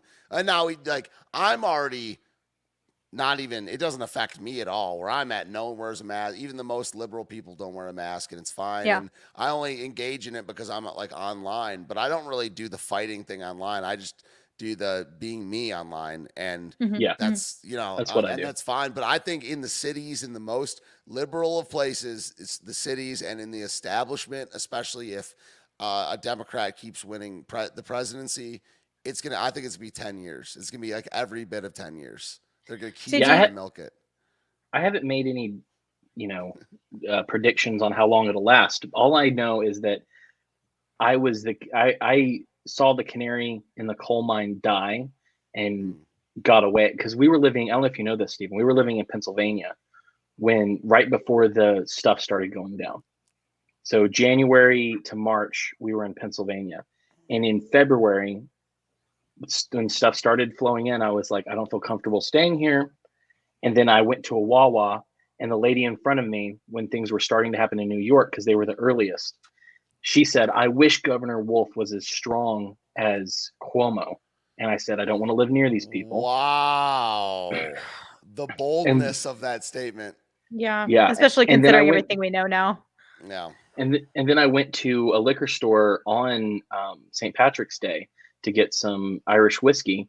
And the lady at the desk goes, "Hey, it's good you came in today, because every liquor store in Pennsylvania is closing down at the end of the night." And I was like, "Is that what the plywood up front is for?" And she says, "Yeah, we're gonna have to board up everything so that people don't break in." And I was like, "Okay." And then a week later, we were in Florida. Yeah, you gotta leave, man. It's just terrible. It's just a terrible. I can't. I couldn't imagine still being in DC. It's just like all these cities, and it's just. I don't know. I used to really mock people that said liberalism is a mental disorder, but I really do think that, and it's not a joke. I mean, it is funny to say it as a joke to mock people, but it literally is. Like, the liberal worldview is a mentally ill worldview. Like, I get it now. Yeah. It just keeps getting more degenerate. Like, it keeps It's degenerating more. Like, not as far as like gender or sex stuff, but like degenerating to like, it's like now it's like idiocracy. It's gonna end in that, and like, which I still haven't seen, by the way. But it's not just degenerative. I guess that's the right word. Yeah. It's demonic. yeah, And I think not Yeah. enough yeah, people true. are willing to say that, because if you bring up things I such as love saying it. demons, Right. It's like people can find a way to dismiss that because atheism like runs the day. But, if we're not going to call things what they are, then we're doing a disservice to people. So, it's demonic, and I'm going to say that it's demonic. And it all goes back to academia and the universities and the teaching of teachers and public schooling, because this is indoctrination from a very young age. And so homeschool your kids, because it even gets into the private schools. Or start a school. That's what Yeah. I'm about, because I'm just trying to like have my little I don't live on a cul-de-sac, but just like my little street, start a school and just run it. Because that is homeschool, right? Like a private school where everyone groups up and you don't tell anybody is a homeschool. You Yeah. just don't tell anyone. That is homeschool. In Georgia, we have a lot of homeschool co-ops where it's like groups of parents get together because there is something to socialization. I mean, I know we like to dismiss the idea, but I mean, like with Cam's kids, there are 5 of them. So there's definitely a lot of socialization going on in that group. But if you just have your single child at home, they're not getting the social interaction that they need. And but unless you're going to church or you have friends, one of the worst arguments that I hear, and I'm not saying you're making this exact argument, but one of the worst arguments against homeschooling is the socialization argument. Like we all have little litters of puppies that we have to teach how to be humans. But little humans learn how to be who they are through watching their parents interact with each other, going to church, their parents having friends, etc. And so, yes, the co-ops are very good. I just want to make sure, like the socialization argument. I know where you're going with that, but I do think that I've encountered enough people who were kind of like isolated in their homeschool with their one parent, with their like one single mother, and they do have trouble when they get into college finally. Actually, 9 out of 10 times, it's because their parents are fucking weird. Yeah, I mean, more than anything that's why else. exposure to other people is necessary. It's just and it's. I mean, and exposure to other people is so... necessary, just not in that kind of rigid socialization framework. It can happen in any number of ways. But I will tell you, every single super weird homeschool kid you see is because they have super weird parents. And you can see it in public schools as well. There's that weird guy. And it wasn't because he didn't get better in public school. He just has weird as shit parents. So it's like socialization is important, but that's for the human and for community rather than like having them relate to their peers. Because I don't want my kids to relate to these kids. No, I don't want there are some shitty kids, and I don't want my kids to relate to them. This is why I think co-ops are a good thing, though, because I do think it's good for kids to have like conflict resolution and things like that. And when they have to deal with other people their age, they actually go through these conflict resolution paces when in a safer environment when they're still young, as opposed to having to deal with conflict for the first time when they become adults, which can present a lot of challenges to people who've never had to, never gotten a fight in school. I think it's actually like getting in a fight when you're a kid is actually kind of like an important learning process. I did all my fights in church. Yeah.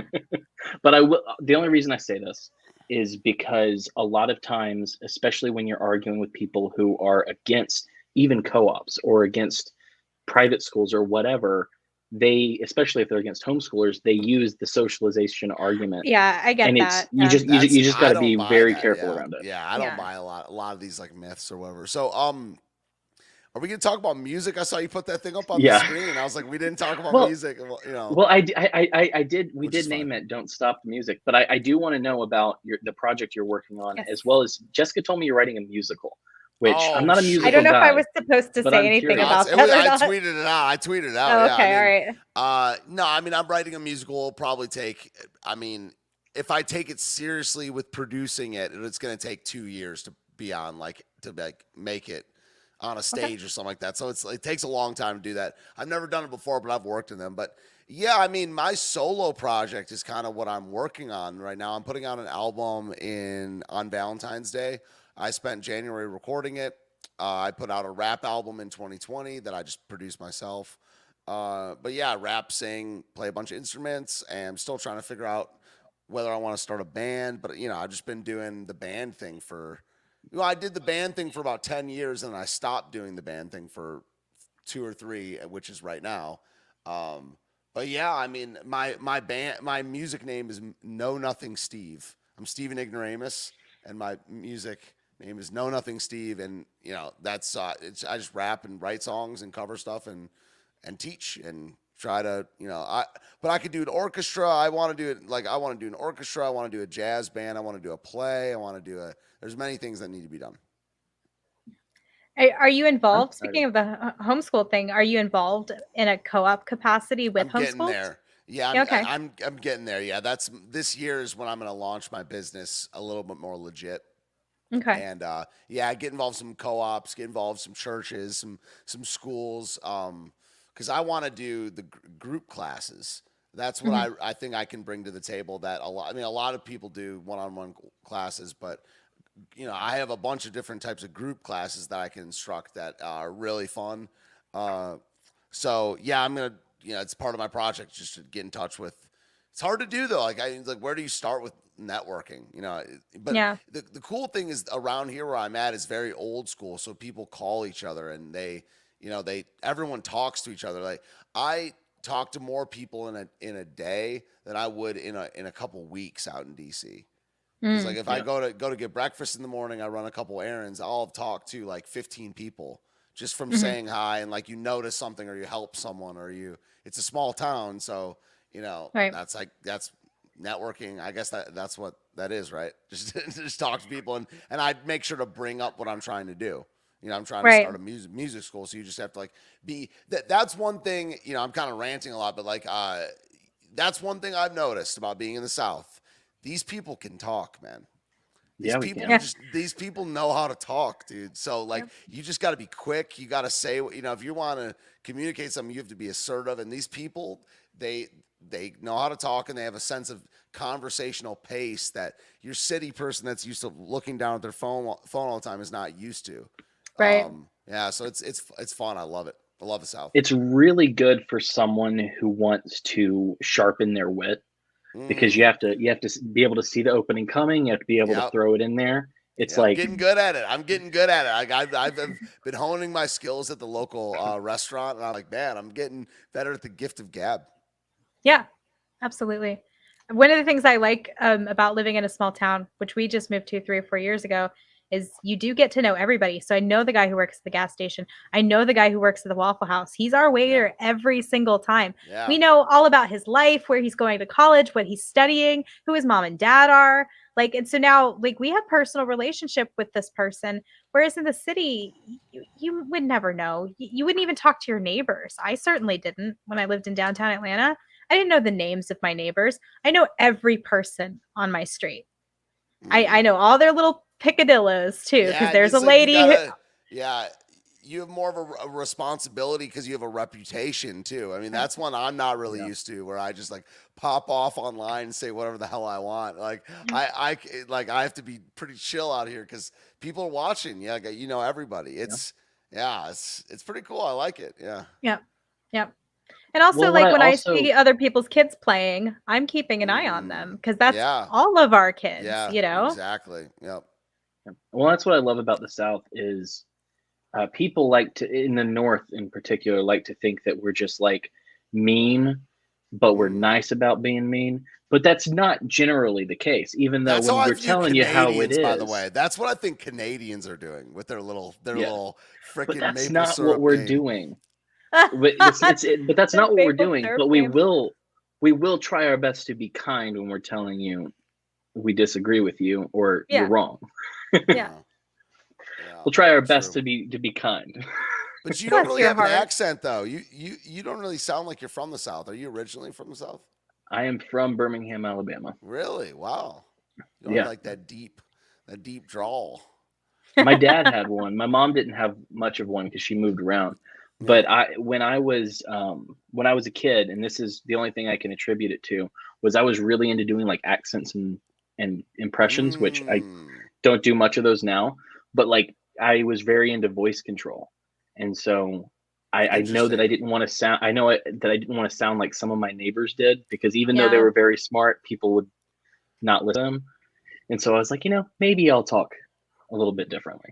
Wow. So I think it has an effect too that we're all watching the same TV. And so we all watch these people on television who have these non-regional dialects, and children are emulating that maybe more so than the people around them, depending on how much they watch television. So I think that affects even our generation, I think affected the way that we talk. Yeah, I mean, kids are so good at copying. I mean, people are so good at copying in general, but just as a teacher, it's pretty crazy how kids can just copy some stuff. And you do it enough times, like, copying something plus repetition is how you that's how you learn how to do anything. And I read a story about how the kids are like talking with a British accent because of what, Peppa Pig? Is that in is that in the British language? Yeah, I mean, but it's like they won't stop. That's pretty bad, man. You gotta be hearing your parents' voices more than any other voice. I'm not a parent, but it's like seems like that's the voice that's more important, right? Well, it's like I don't know about the Peppa Pig one as much, but I do know that a lot of American kids are watching Bluey, which is Australian. And apparently a bunch of little kids are not saying, I want to go on vacation. They're saying, when are we going on holiday? Yeah, and I'm like, Get that out of here. we aren't Australian. Shut the hell up. So, Stephen, you're also working on an album. Did you talk about that? Because I blanked out for a minute. It's coming out. I mean, it's coming out on Valentine's Day, and I cut it in a month. It was a pretty cool process. It was my first album that it's only my second solo album. I've done a bunch of stuff with bands and things like that, but it's my second solo album, and it's my first one. Well, I guess my first album, I produced everything. My first album was all like software instruments, voice, and guitar. And it was just rap stuff. Okay. Yeah. And now this one is more songs. There is one rap song on there, but it's more like songs. And I did it in a real studio with real instruments. But I played all the instruments, which is that's pretty cool claim to fame. I played every note on the whole album is me playing it. It's a one-man band situation. Yeah, drums, guitar, keys. Everything. The only person I've heard of that's done that as well is, I don't really like his music, but it was a guy, his band was called The Rocket Summer. I don't know. And he did every single track on his album as well. Prince used to do that. Yeah, that was one of Prince's big things. But yeah, I wasn't gay enough as a child to like Prince. I never liked Prince, but I just knew I was really into music history. So I would learn all like the little lore about what all the people's recording process and stuff like that. But I'm working with a producer. Well, he's actually the engineer, I guess. He's just working the board, and I'm producing the album as well, and that I'm making the like creative decisions on everything. But we got done quick. I mean, we got it done in about 5 days in this, like 5-hour days, so like 25 to 30 hours. It's 5 songs, and I'll be coming out with something. I'm planning on doing a gospel album, like a worship, I guess, like hymns. I'm doing that later this year, and. Do you remember I sent you that hymn that I wanted you to cover? Yeah, okay. Yeah, it's on my list. Yeah, I'm working on it. I hope that makes it awesome. Yeah, and I'm also gonna start my next album later this year. Yeah, just gonna keep trucking, but I want to start a band eventually. I think I want to be in. My dream is to do like a right-wing late night show with me as the band leader of the house band. Like that is kind of the dream. Yeah, like based in Red Pilled. Like if Nick Fuentes had a band and a comedian, I would want to be his band. If he had if America First were on the road and it was in studio, he was doing the host and I was the band leader, and there was like a comedian there. That's what I would really like to do. I mean, have you floated this idea to Nick Fuentes? No. I mean, look, I got to be way more successful. Like the thing that I've learned about streaming, I mean, I guess is also how I feel about music is. When you're a kid and you're into, and I maybe am describing like Cam, you're a musician, right? You play like I play guitar. Yeah, Yeah. yeah. Like you probably will relate with what I'm about to say. Like you learn about all these bands. There's all these cool bands and all like they're the people you worship or whatever at the time are they're in bands. So what you're supposed to do is start a band. And the way you Yeah. make it is as a band. So you Yeah. start a bunch of bands and none of them ever go anywhere. Not Mhm. realizing that what you should have done the whole time is just become a good solo artist and like or work with one other person, something, but it's not a band. Like you have to get like I have no capital to bring to Nick Fuentes whatsoever. He's richer than me. He's more spoken than me. He's younger. He has his own platform. In order to pitch something like that, you have to have capital in the form of an audience or like the best idea ever or something like that. So that's what I'm focusing on. Is it's just building my career and my business. So when I go to a person, I can pitch them something real and it's not based on some bullshit. Because you only get one chance at that. And it's got to be you got to have it well thought out and you have to succeed. Okay. So you might as well not try. I mean, like, because if a person came to me today with like a pitch like that and I didn't know them at all, think about it. I better be really freaking good or you have to bring something to the table or I'm going to think you're weird probably forever. Right. You know, I got like, I'd be like, okay, unless maybe they come back 3 years from now and say they have a better idea and then I'll listen again. But that's going to take a long time to build. I guess it's my Okay. Yeah. So if somebody wanted to get a hold of your first album, what's it called? It's And on where do SoundCloud. It's on SoundCloud. Okay. It's on my SoundCloud.com/KnowNothingSteve. Okay. And I had to re-upload a song because I didn't want people to I don't want to cross-pollinate my two fan. Like I want my music thing to be my music and I want my commentary like streaming thing to be that. So I don't want it to say Stephen Ignoramus anywhere on Know Nothing Steve's branding. So that was in the song, so I cut it out and I re-uploaded it. But yeah, everything's on my over on my SoundCloud. I'm a SoundCloud rapper. Okay. Yeah, And is that where is that where you're going to be releasing your second album? I don't know. Okay, so here's the deal. That's a good question. I'm going to do a listening party on the 14th. And then I'm going to figure out, I probably am going to have this album up for free I probably will, what I'll probably do is I'll put the album up in one file on YouTube. Okay. So you can listen to it. It'll probably be like 35 minutes and you can listen to it. But then once I put it on whatever I'm going to sell it on, I'm going to take it off. Okay. So it'll be like free for probably a couple months. Okay. Yeah. Yeah, that sounds great. I mean, I've been to, I don't know if you would call it a listening party, but you had a live feed where you were playing music. Oh yeah, that's just the concert. Yeah, Yeah. You mean where I'm streaming, like playing stuff? You mean? Yeah, you were playing. You played the guitar. Yeah. And a lot of things around here were closed due to the pandemic, and I hadn't been out to like a live show in a really long time. Like I like to go to a bar. I like to go to bars where the live band is playing, and it really brought that feeling into my living room. And me and my husband, we cracked a couple of beers. We danced around. Like it really felt like we hadn't had that experience in a long time. And so it's like, I had a lot of gratitude for that. We had fun that night. Yeah. I remember which one you're talking about. That was a really pretty special stream. And, as I like doing that but the in-person thing that's what I'm all about. I play at the same bar. I'm the host of an open mic where I'm at once a month. And then the next Friday after that, I play like a solo gig there, like 3-hour gig, once a month. And I've been streaming from there, and that's been cool because that gets both.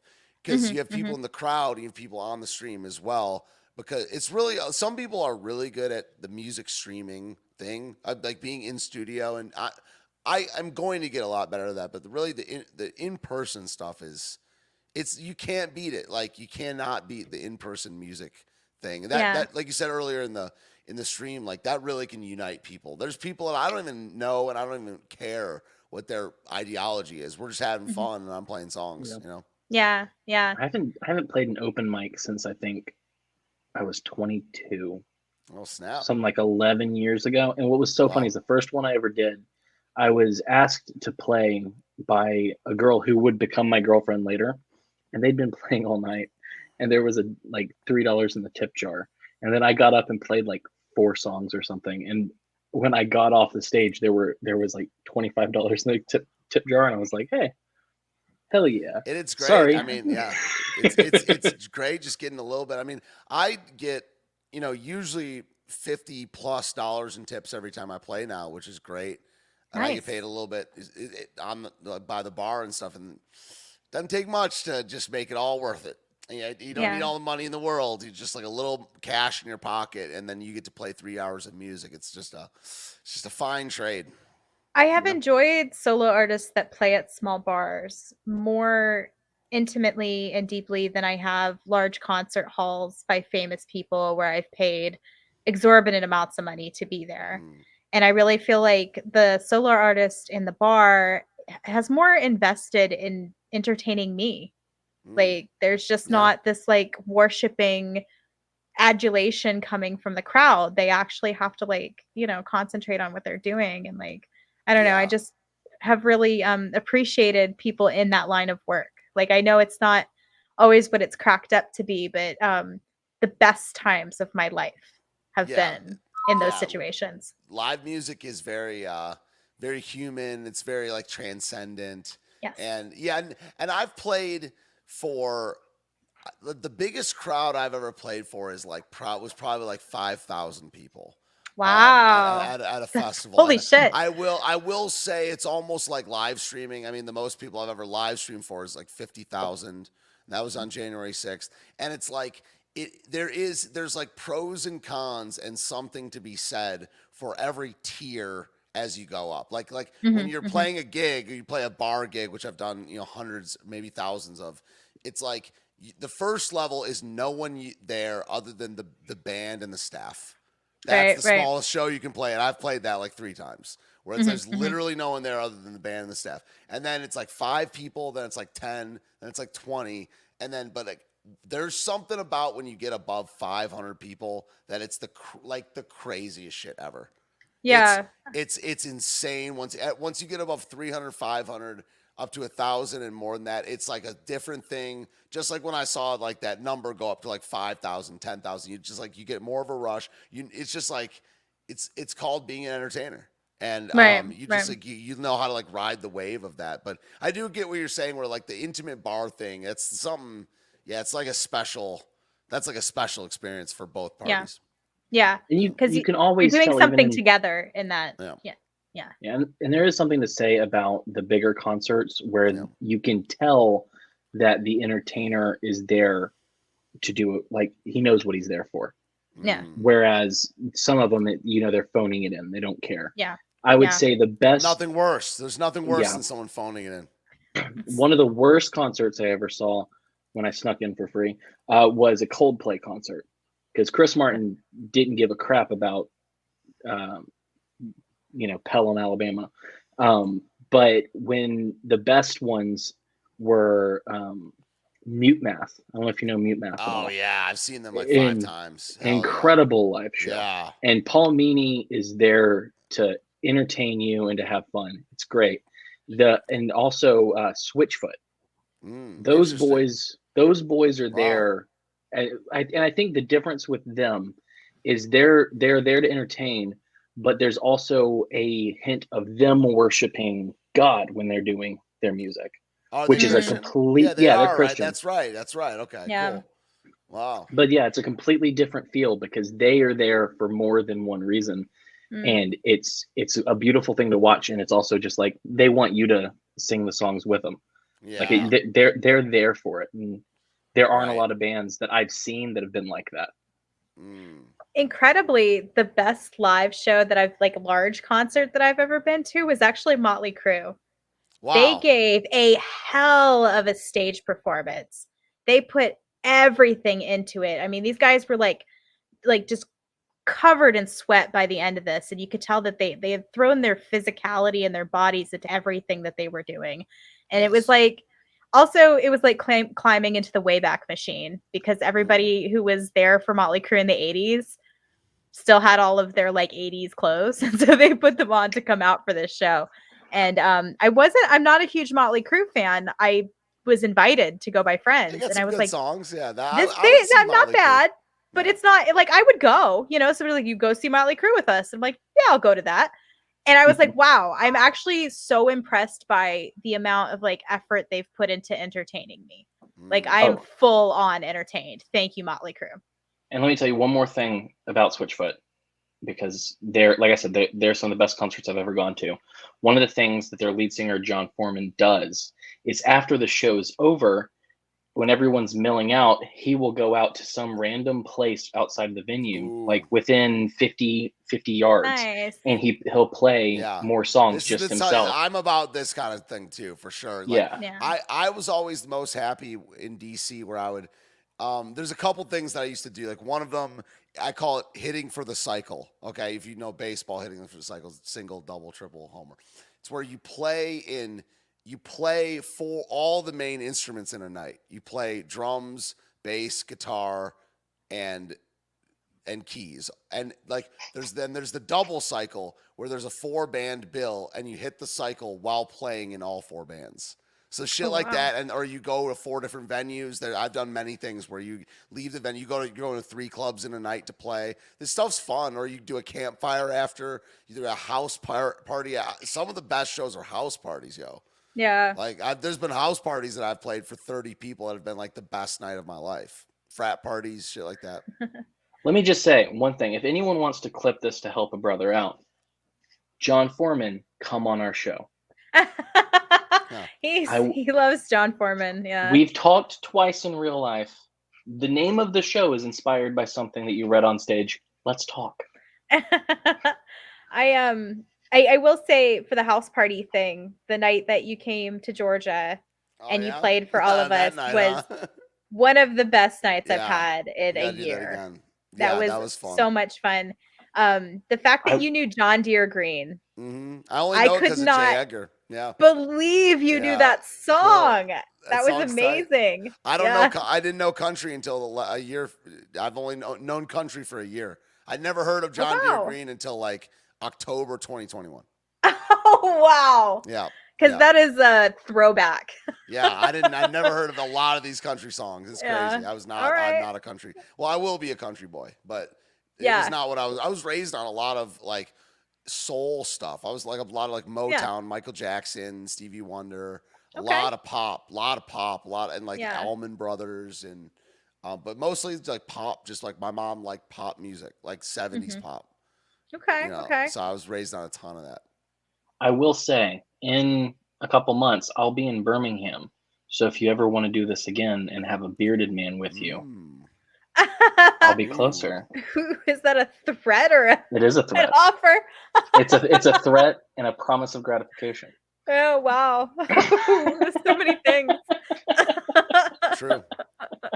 Yeah, we need to do that. We need to do that again, though. I love the sing-songy times at houses. Just so it's very wholesome. We were drunk that night, but I mean, without the drinking, it would have been very wholesome. Yeah. Nothing happened, but I'm just saying we were drunk. That's not the most wholesome. Someone brought tequila. I don't know. It just got a little bit away from us, but we did have an excellent time. And I haven't had that much fun in probably over a year. So I really appreciate it. More to come. I mean, I really I just want to bring back like the campfire, because that was basically a campfire, like the gathering where you get to just play music. And that's why I like traditional music. I like bluegrass, like anything that's jams plus people hanging out is what I want to keep doing forever. That's why I know it'd be okay if the grid went down, to a point, because you can always have music. I got an acoustic piano downstairs. I got acoustic guitars, and like that sense of community, like convene and make music together is awesome. I love it. There's actually something you just reminded me of.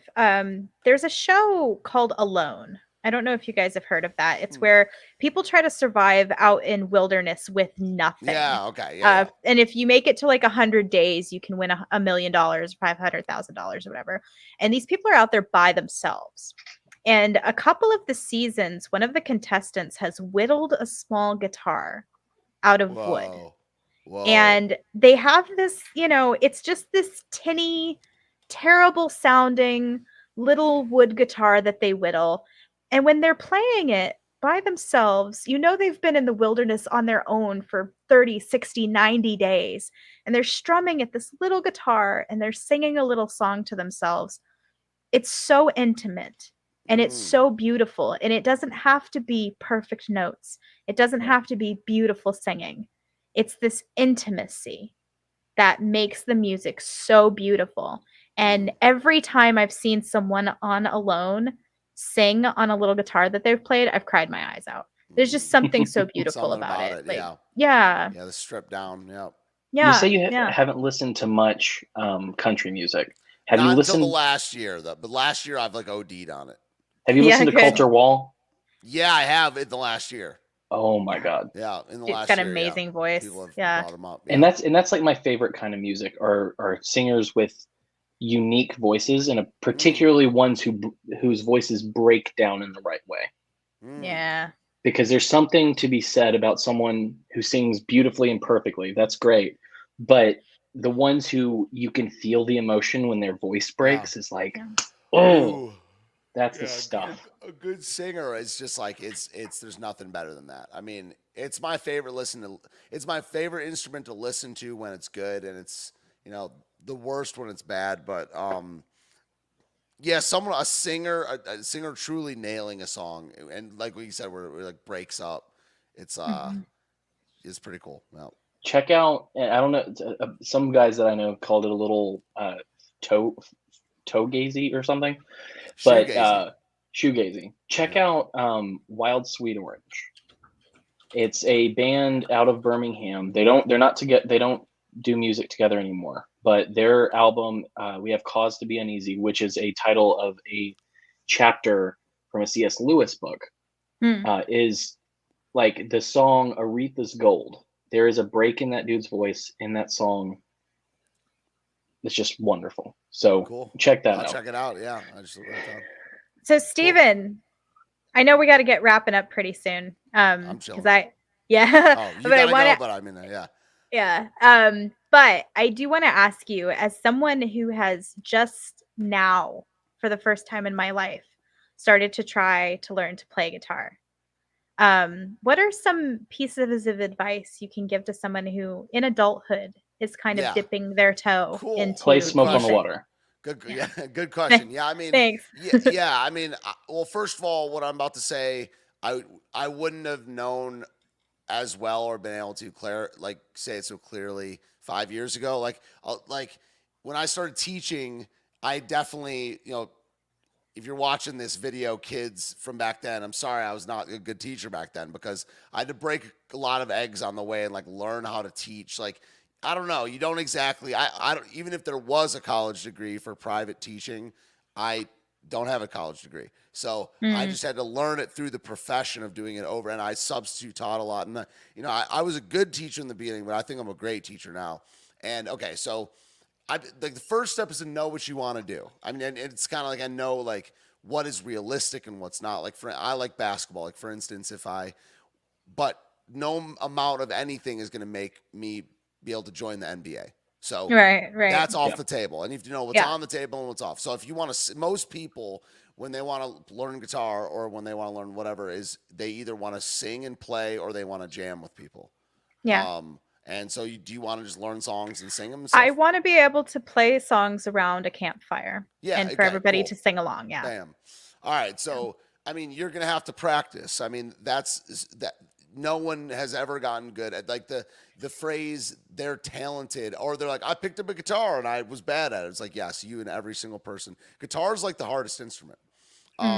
So it involves amount of like physical uncomfortability and pain in your left hand. I don't have calluses yet, so it's you got to play more. You got to play. You got to repeat these chord changes over and over and over, and then so you just gotta. And the best way to do that is do like a set amount every day, like 45 minutes every day or 30. Okay. But you also need to like repeat the same motion hundreds and hundreds of times. Like that's the really like another big fallacy about learning music is how many years someone's played. Like I've taught people that have played for 50 years that still suck. Okay, why? Oh, no. I got good at piano in under 3. Why? You know, when in my 20s, you know, I wasn't a kid. I was a grown man. Why? Right. Because Right. there's a lot of things that I'm actually writing a book about it that, I'll probably be out in like a year and a half.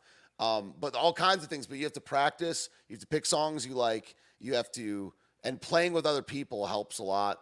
But Okay. it's really, really it's very simple. It's like the stupid old Carnegie Hall joke. Like, how do you get to Carnegie Hall? You practice.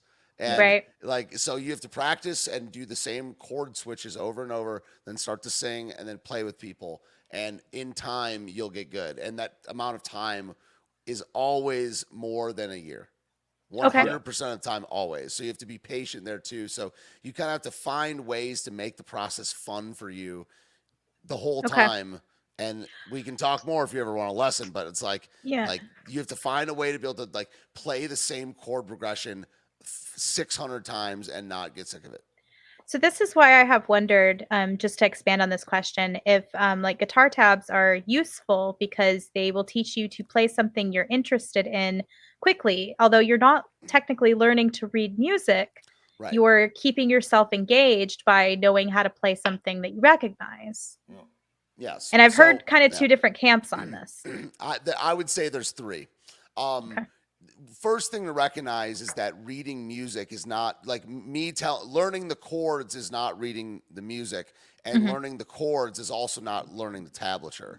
I mean, the tabs are going to communicate what chords are, as will reading music. It's going to have 3 notes there that make up the chord. But there's this other thing called just learning the chord boxes and learning how to strum the chords. That's what I recommend. I don't recommend tab. If you're learning riffs like Smoke on the Water, tabs are great. If you're learning classical pieces and like how to play specific melodies on the guitar, reading music is better. But if you're trying to you need to be operating in the realm of chord boxes and bar lines. Yeah. Okay. Like that's really what you. Yeah. If you're looking to play pop music, and I say this as a person who's an expert in reading chord boxes and tablature, what you need to be doing is the bread and butter is learning chord boxes that change at a certain time while a person sings. That's pop music. Okay. Okay. Yeah. So do that all day. Well, Yeah, isn't the that's fantastic. cliche that it's not about how many years you play, it's about how many hours you play, and the big number is 50,000? Yep. That's level 2. I would say that's not correct though, because what if you spend 50,000 hours practicing something wrong? Yeah. You've now wasted your time. So what's really about, that's why the phrase practice makes perfect is false. What it is perfect practice makes perfect, because you have to be practicing at a good enough level that it makes it worth your time. You know? So if you're just doing it, but that's what I teach, by the way. A couple people in the chat are my students. That's what I really teach, is how to hyper isolate your practice habits so the chumps hour is your 15 minutes. And so you can, if you think it takes 10, I'm going to teach you how to make it take 20, So there's all these different levels to it. It gets very philosophical, but it's fun. I can explain the whole thing. That's what I got behind me. It's just, Do you have advice for people who have smaller hands? Number one, I have smaller hands. Number 2 is I'm wrapped up in this is there's all these. This is another big part of my job. There are so many cliches and things that people think are true that people are used to telling themselves that they act out and they're not true. Right. I'll give you a list of them. My hands are too small is one of them. I'm tone deaf. I don't have rhythm. I'm just not good at it. Something's off. It's I don't feel it. That's also a myth.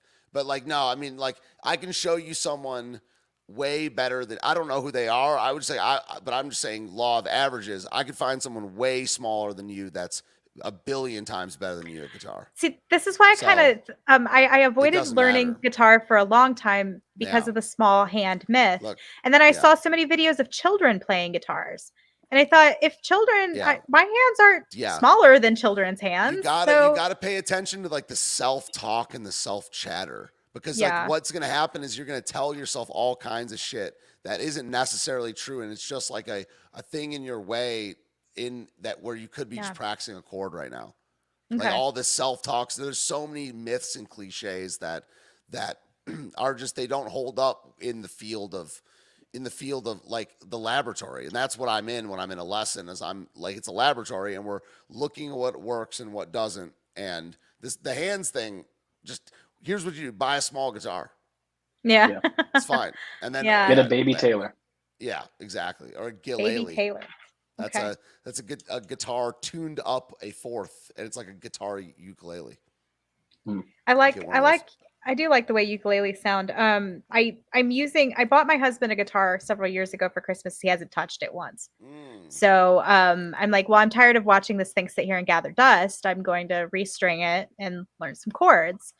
And I've been using like videos on YouTube and stuff like that, but I have gotten a little bit of the self-talk where like, oh, my hands won't quite reach around the way other people's hands will, and things like that. So I'm trying to like self-talk, as you're saying. It's like difficult to overcome the challenges you set up for yourself in your own mind. Yeah, it's so true. And like, it's like the people on that YouTube video, they've done it for thousands of more hours than you, and whatever it is. And also, it's like, you kind of shouldn't, once, I call this thing I'm about to describe like the knowledge barrier or something like that. Once you're past the knowledge barrier, like say they're trying to get you to go from an E to an A chord, and you know what an E and an A chord are, okay? And you know what it looks like, you know where to put your hands, you know all the content. You've passed the knowledge barrier. At that point, you kind of shouldn't judge it or say anything about it until you've done it like 300 times. Okay. Then you can start to be like, noticing things, but you just need to do it 300. Now, say it takes you 5 seconds to get from E to A, right? And you do that 10 times. That's 50 seconds. It's not going to take 50 seconds forever because you're going to be getting better. So you just got to keep going back, rinse and repeat, iron out the shirt for like an hour, and then your hand will hurt so bad that you don't want to criticize it. Yeah. You're just going to be enough. like, it's like in a sport, if you're really fatigued, like what's his name? Chris Rock had a funny joke where he said, if a homeless person has a funny sign, they have not been homeless for very long. A real homeless person is too hungry to be funny. And that's what being fatigued in sports and skills is. It's like, you're just done. It's like when you're that done on guitar, when you've gripped it for an hour and you're just dead, you're not going to be like, you're just going to say, I'm done. And that's how you practice. Like, you're not going to be able to like criticize yourself or anyone else because your finger is going to be like, your hands going to be falling off. So that's what I recommend. Just practice all the time. All right. I think that's fantastic advice. Thank you. All right. So we have hit 2 hours and 12 minutes at this point. So I should bring in the last couple of questions, one of which I'll be very vague about because I have to be. When are you going to be able to talk about that thing you can't talk about? Good question. I mean, so first of all, he's talking about January 6th, and we can utter its name. I did a lot of things. Okay, look, I did a lot of thinking about this and a lot of strategic blunders over the last year and a half. I mean, there's some things I would have done differently as far as the way I talked about it, after the fact, like how I ran my streams and stuff. I'm in the legal process right now, so the thing that I can't really, and I don't want to talk about is just like the details of my sentencing or potential developments going forward. But what I'm going to do after a couple more steps have been taken is I'm going to do like an Ask Me Anything, big, and that will be, I would say, probably mid-May. Okay. Mid-May, something like that. Yeah. Mid-May or later, let's have you back on so we can just have the whole conversation. Yeah, I would think I was going to definitely do the rounds. Yeah, for sure. Because I do want to talk about it. I do want to speak my mind. And yeah, for sure. I would love that. Yeah. That's honestly, people are like, a lot of people are praying for me. A lot of people are, when I talk to them, they're sympathizing with me and saying it must be really hard. I'm telling you, the thing hanging over my head is not that bad. It's not being able to talk about it. I'm a real human being. I wear my heart on my sleeve. I like talking. I'm all about the truth. And that's been the hardest part. I just can't run a live stream or an interview the way I want, where I can just like pop off. Yeah. It's like the one subject I can't pop off about. And, Yeah. But it's coming one day. And it's the Okay. thing I'm most curious about, and Yeah, I I can't know. ask It's you literally, about it's it. like, and I'm not an uninteresting guy. I mean, I do all kinds of things, but it's literally the most interesting thing about me. So it's like what everyone wants to talk about. So it Right. sucks, but God has a plan, and it's close. So yeah, Yeah. definitely Agree. come back on, talk about whatever. All right. Second question. What is your favorite thing about Jessica? Favorite thing about Jessica? Interesting. Well, I mean, I really like talking to Jessica. That's like favorite thing so far. Oh, okay. I will say this. Number one, having you on my show. I like interviewing you a lot. I think that's always very nice. Number two is I like your stance. It's very like Jessica showed me this song called Fancy Like. This is like about 6 months ago or something. Because the fancy like Yeah. Applebee's And on a date night. I was like, this is tight. And I'm into songs that I don't know if it's called cheesy or fun or whatever. And Yeah. Jessica a couple months ago was like, I'm done saying the phrase guilty pleasure. Like, I like what I like. Period. Yep. And I respect that a lot. And I've now, it's like, I feel like the years maybe 2010 to 2020 were all about like disclaimers and disavowals and qualifying statements. And like, Yeah. I don't agree with that. Like, and I want the next 10 years to be the opposite of just like, dude, I like what I like and I like who I like and I feel the way I feel and you're the same and cool or not and leave or I'll leave. And it's like so much simpler when we can just be ourselves. So I like that a lot. Yeah, I agree. That's awesome. And Yeah. that's how I felt when we're playing John Deere Green. I Yeah. mean, like no one would We admit like to it. liking that song, Yeah, but we I like love it. that song. Yeah. Yeah, 100%. That's awesome. Yeah. I showed that song Fancy to a friend of mine and he got like Mm-hmm. viscerally angry about it. And I was like, Really? hits a little too close to home, I think. Like So where I'm at is pretty red and stuff like that, but there's a lot of examples of I'll be at the bar, I'll be with people, and there's like the libs and the commies they're everywhere. They're everywhere. Okay, Yeah, so yeah. I'm in this bar late night and we're listening to a song grooving, and I said something to this girl. This girl's sitting next to me. She's like a college girl. I said something like, dang, like, yo, this song is like blacker than Marvin Gaye about fancy. And she was like, oh, I was like, literally, I'd been talking to her for a while. She was literally like, yeah, if you like fifth thematic oppression, like it was like textbook NPC shit lib response. And I was like, oh, I was like, you ruined it. You ruined they ruined everything. I was like, This is the girl with the septum piercing, right? True. Yes, I remember this True. story now. Yeah, okay. Fact check true. Yes, true. Wow. All It's like, yeah, right, if you like the systematic patriarchy of oppression, I'm like, oh my God, bitch. Like, yeah, I'd love it. What's to hate? So. And my final question, which is the question we ask of everyone before we wrap up, is what is something right now in your life, locally, globally, national, etc., that brings you hope and gives you the motivation to carry on? What's your white pill right now? Wow, yeah, white. I mean, like the ultimate white pill is Jesus Christ.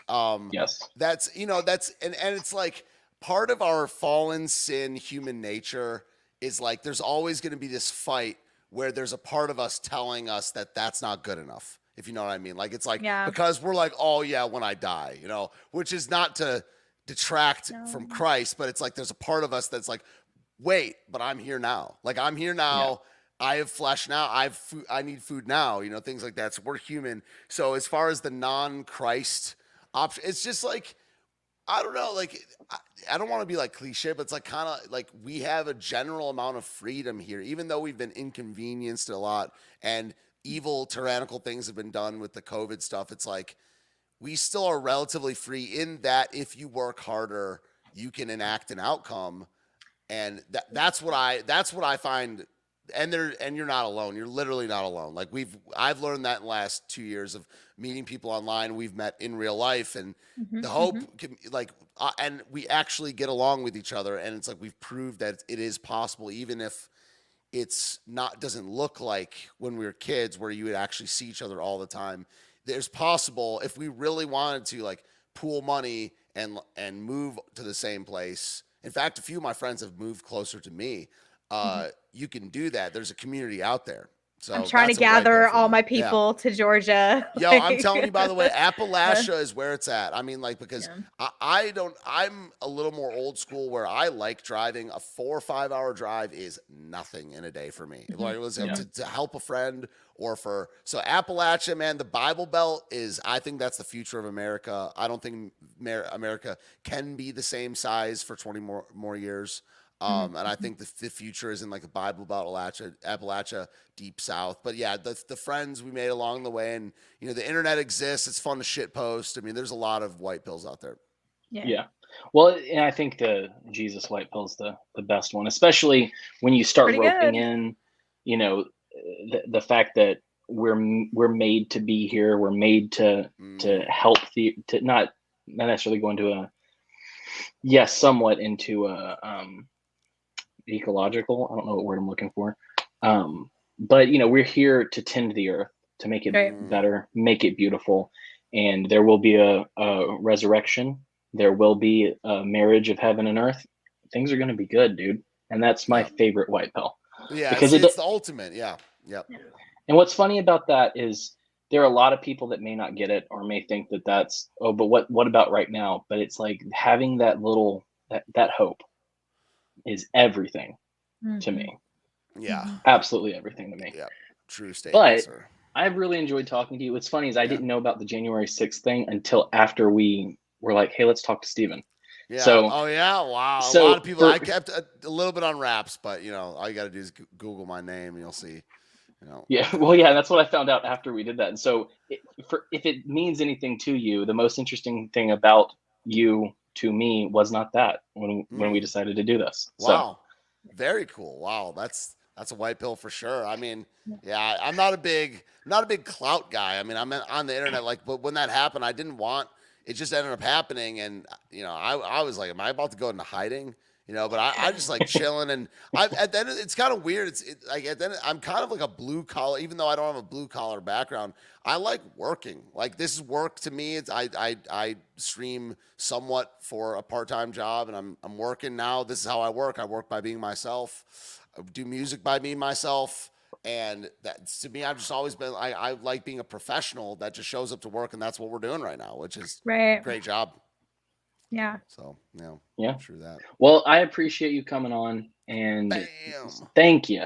Yeah. But let me tell people where to find you, and then we'll pop you off the screen and finish our spiel. But if they want to find you people want to find you on Twitter, you are at Ignoramus now. Yes. What got you kicked off of your last it was the mass like Nick Fuentes Groyper ban. Like everyone, Nick Fuentes got banned, and then he created a new account and got like a ton of followers right away and started like trolling people, and like every one of his followers got banned. It was like 7,000 people in a night. So it was even related to like anything other than following the most banned dude in the world. So that's it. Nothing spicy. I wish it was better. I say a lot of spicy shit, man. I wish it was something cool. But it's not. It's just got banned because I call it Groyper Nacht, and so that's why. But now the cool thing about Ignoramus is if I get banned, I'll just be Junior, the third, the fourth, and now I have a name that I can just add generations onto. Right. And I will say, here's a tip. I said this to Whip before the show last week, but if you make your comments like the one I made to Justin Trudeau in a quote tweet rather than as a reply, you're typically safer. Oh. I deviated from the path, and I got banned. I'm just telling you. Keep it in the quote tweets. Dude, I think that is because it's a world leader and nothing more for your banning. I've done it for other world leaders. Really? Yeah. But I always did it in a quote tweet. I'm telling you, don't do it in the replies. Do it in a quote tweet. Like you told a world leader to eat shit and die, bro. No, he asked him if he had considered it. I understand how rhetoric works. That's telling a world leader to eat shit and die. Like, I mean, so I'm not saying you should have been banned, but I was like, when I saw that, I was like, respect, bro. Like so many people were like respect on your original, like with your like help me find my friends tweet. Everyone like respect. Like that's the way to go out, Dude, bro. my phone, like I have the watch, and every time I would get a follower, it would buzz. I got like 800 and something followers Yeah. within 12 hours, and that annoyed. Like it was great. I'm very happy that you're following me now, but holy shit, was that annoying? Yeah. Yeah. Yeah. Can't all be so popular, right? Can't. I think it just hit just the right notes, like the way I went out, the It was pretty timing. epic, dude. It was pretty epic. But you do have a show called The Daily Ignoramus, and from what I've sussed out, best way to get there is DLive and DLive.tv. Yeah, or DLive.tv, Stephen Ignoramus. You got it on the screen right now. The best thing to do, I'll throw this in the chat right now. I didn't tell you guys this about ahead of time, but there's this website called Liberty Links. It's like Linktree. I got banned on Linktree, but Liberty Links is where you can find all my links, and that's libertylinks.io/ignoramus. But yeah, DLive, Odyssey, the replays don't go to YouTube anymore, but we still stream on there. So, Odyssey is probably the place where I want people to go the most, but okay, dude, just Google me and read the hit pieces and go from there. Yeah. It's like that's the best route. Yeah. And if you want to check out his music, soundcloud.com/know-nothing-Steve. Yep. But beyond Very that, professional. we try. I'm looking forward. I'm looking forward to the next time you come to Georgia. Hopefully, I will know a few songs that I could play around the campfire with you. Yeah, I mean, like this is public knowledge because she's saying it in the chat. But Katie's having a party for July 4th, and she said you're invited, Cam. Oh. So, Awesome. Yeah. She So Oh, yeah. She didn't say that about you though, Jessica. So I would check. Oh, yeah. Just kidding. I I'm didn't just hear kidding. about the party. So I'm just kidding. Of course you're invited. I would check. I didn't mean to make things weird. But no, it's fine. yeah, July 4th in Georgia. Okay. Georgia. I will be 2 hours away. All right. Well, great talking to you guys. You're awesome. Absolutely. God bless. Thank you. All right, Thank you for thank coming you. on. All right. Peace out. See you. To the rest of you unwashed masses, I have to tell you all of the new things because guess what? I have a new Twitter handle. So I have to tell you that. But let's talk about who's coming up in the next couple of weeks. Next week, it's the return of Brad Binkley, who I have had patrons and other people say, hey, y'all should have Brad on once a month. And so I sent him a message saying, hey, do you want to cap off every month with us? Haven't got an answer yet.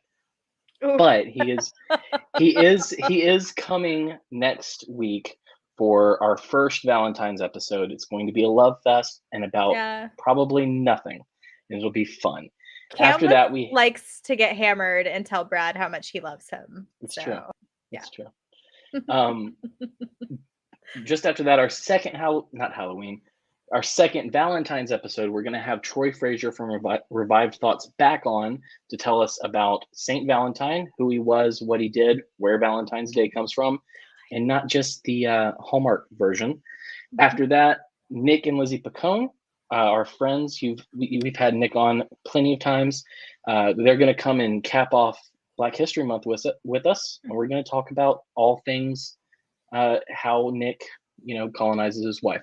After that, we have No, I was gonna say what I love about February is that it's Friends History Month because we've had all of our friends on. Yeah. That's the most important thing. And then starting off March, we have Kat Kattinson coming on, who is a girl who at one point transitioned into a male and then detransitioned. And this is a class of people, a very small subsect of humanity that people don't want to exist. So the trans activists hate them. She has a TikTok, and if you ever look in her comments, it's about people not wanting her to exist. Oh, and that's look, fascinating to me. I am invited to the party. Ha! Well, duh, it's in Atlanta. Yeah. But beyond that, you need to know where to find us. So first off, I am no longer at Cam Harless. I am now at Ham Carless. So find me on Twitter. If you'd like to find Jessica, for the moment, she's still at Soup Canarchist. For the moment. See how long that lasts. That reminds me of a little pig waiting for the bus. By the way, Ham Carless. It's like a little pig in a bowler hat with a suitcase, and he's waiting for the bus. It's very cute. Also, if you're on YouTube right now, hit the like button, subscribe, help us grow here because we'd like to make some money from YouTube off of this. Like help us out. Best way to help us out again are going to be the t-shirts, which are wearethemaddones.com/store. Also mugs, tanks, Coffee mugs. Yep. And patreon.com/themaddones if you want to talk to us more, if you want to have Zoom calls, if you want to have say in who our next guests are or what topics we want to explore. Patreon.com/themaddones. We're also, if you want to watch, if you're listening, if you want to watch us, youtube.com/themaddones. We're also on Rockfin and Odyssey.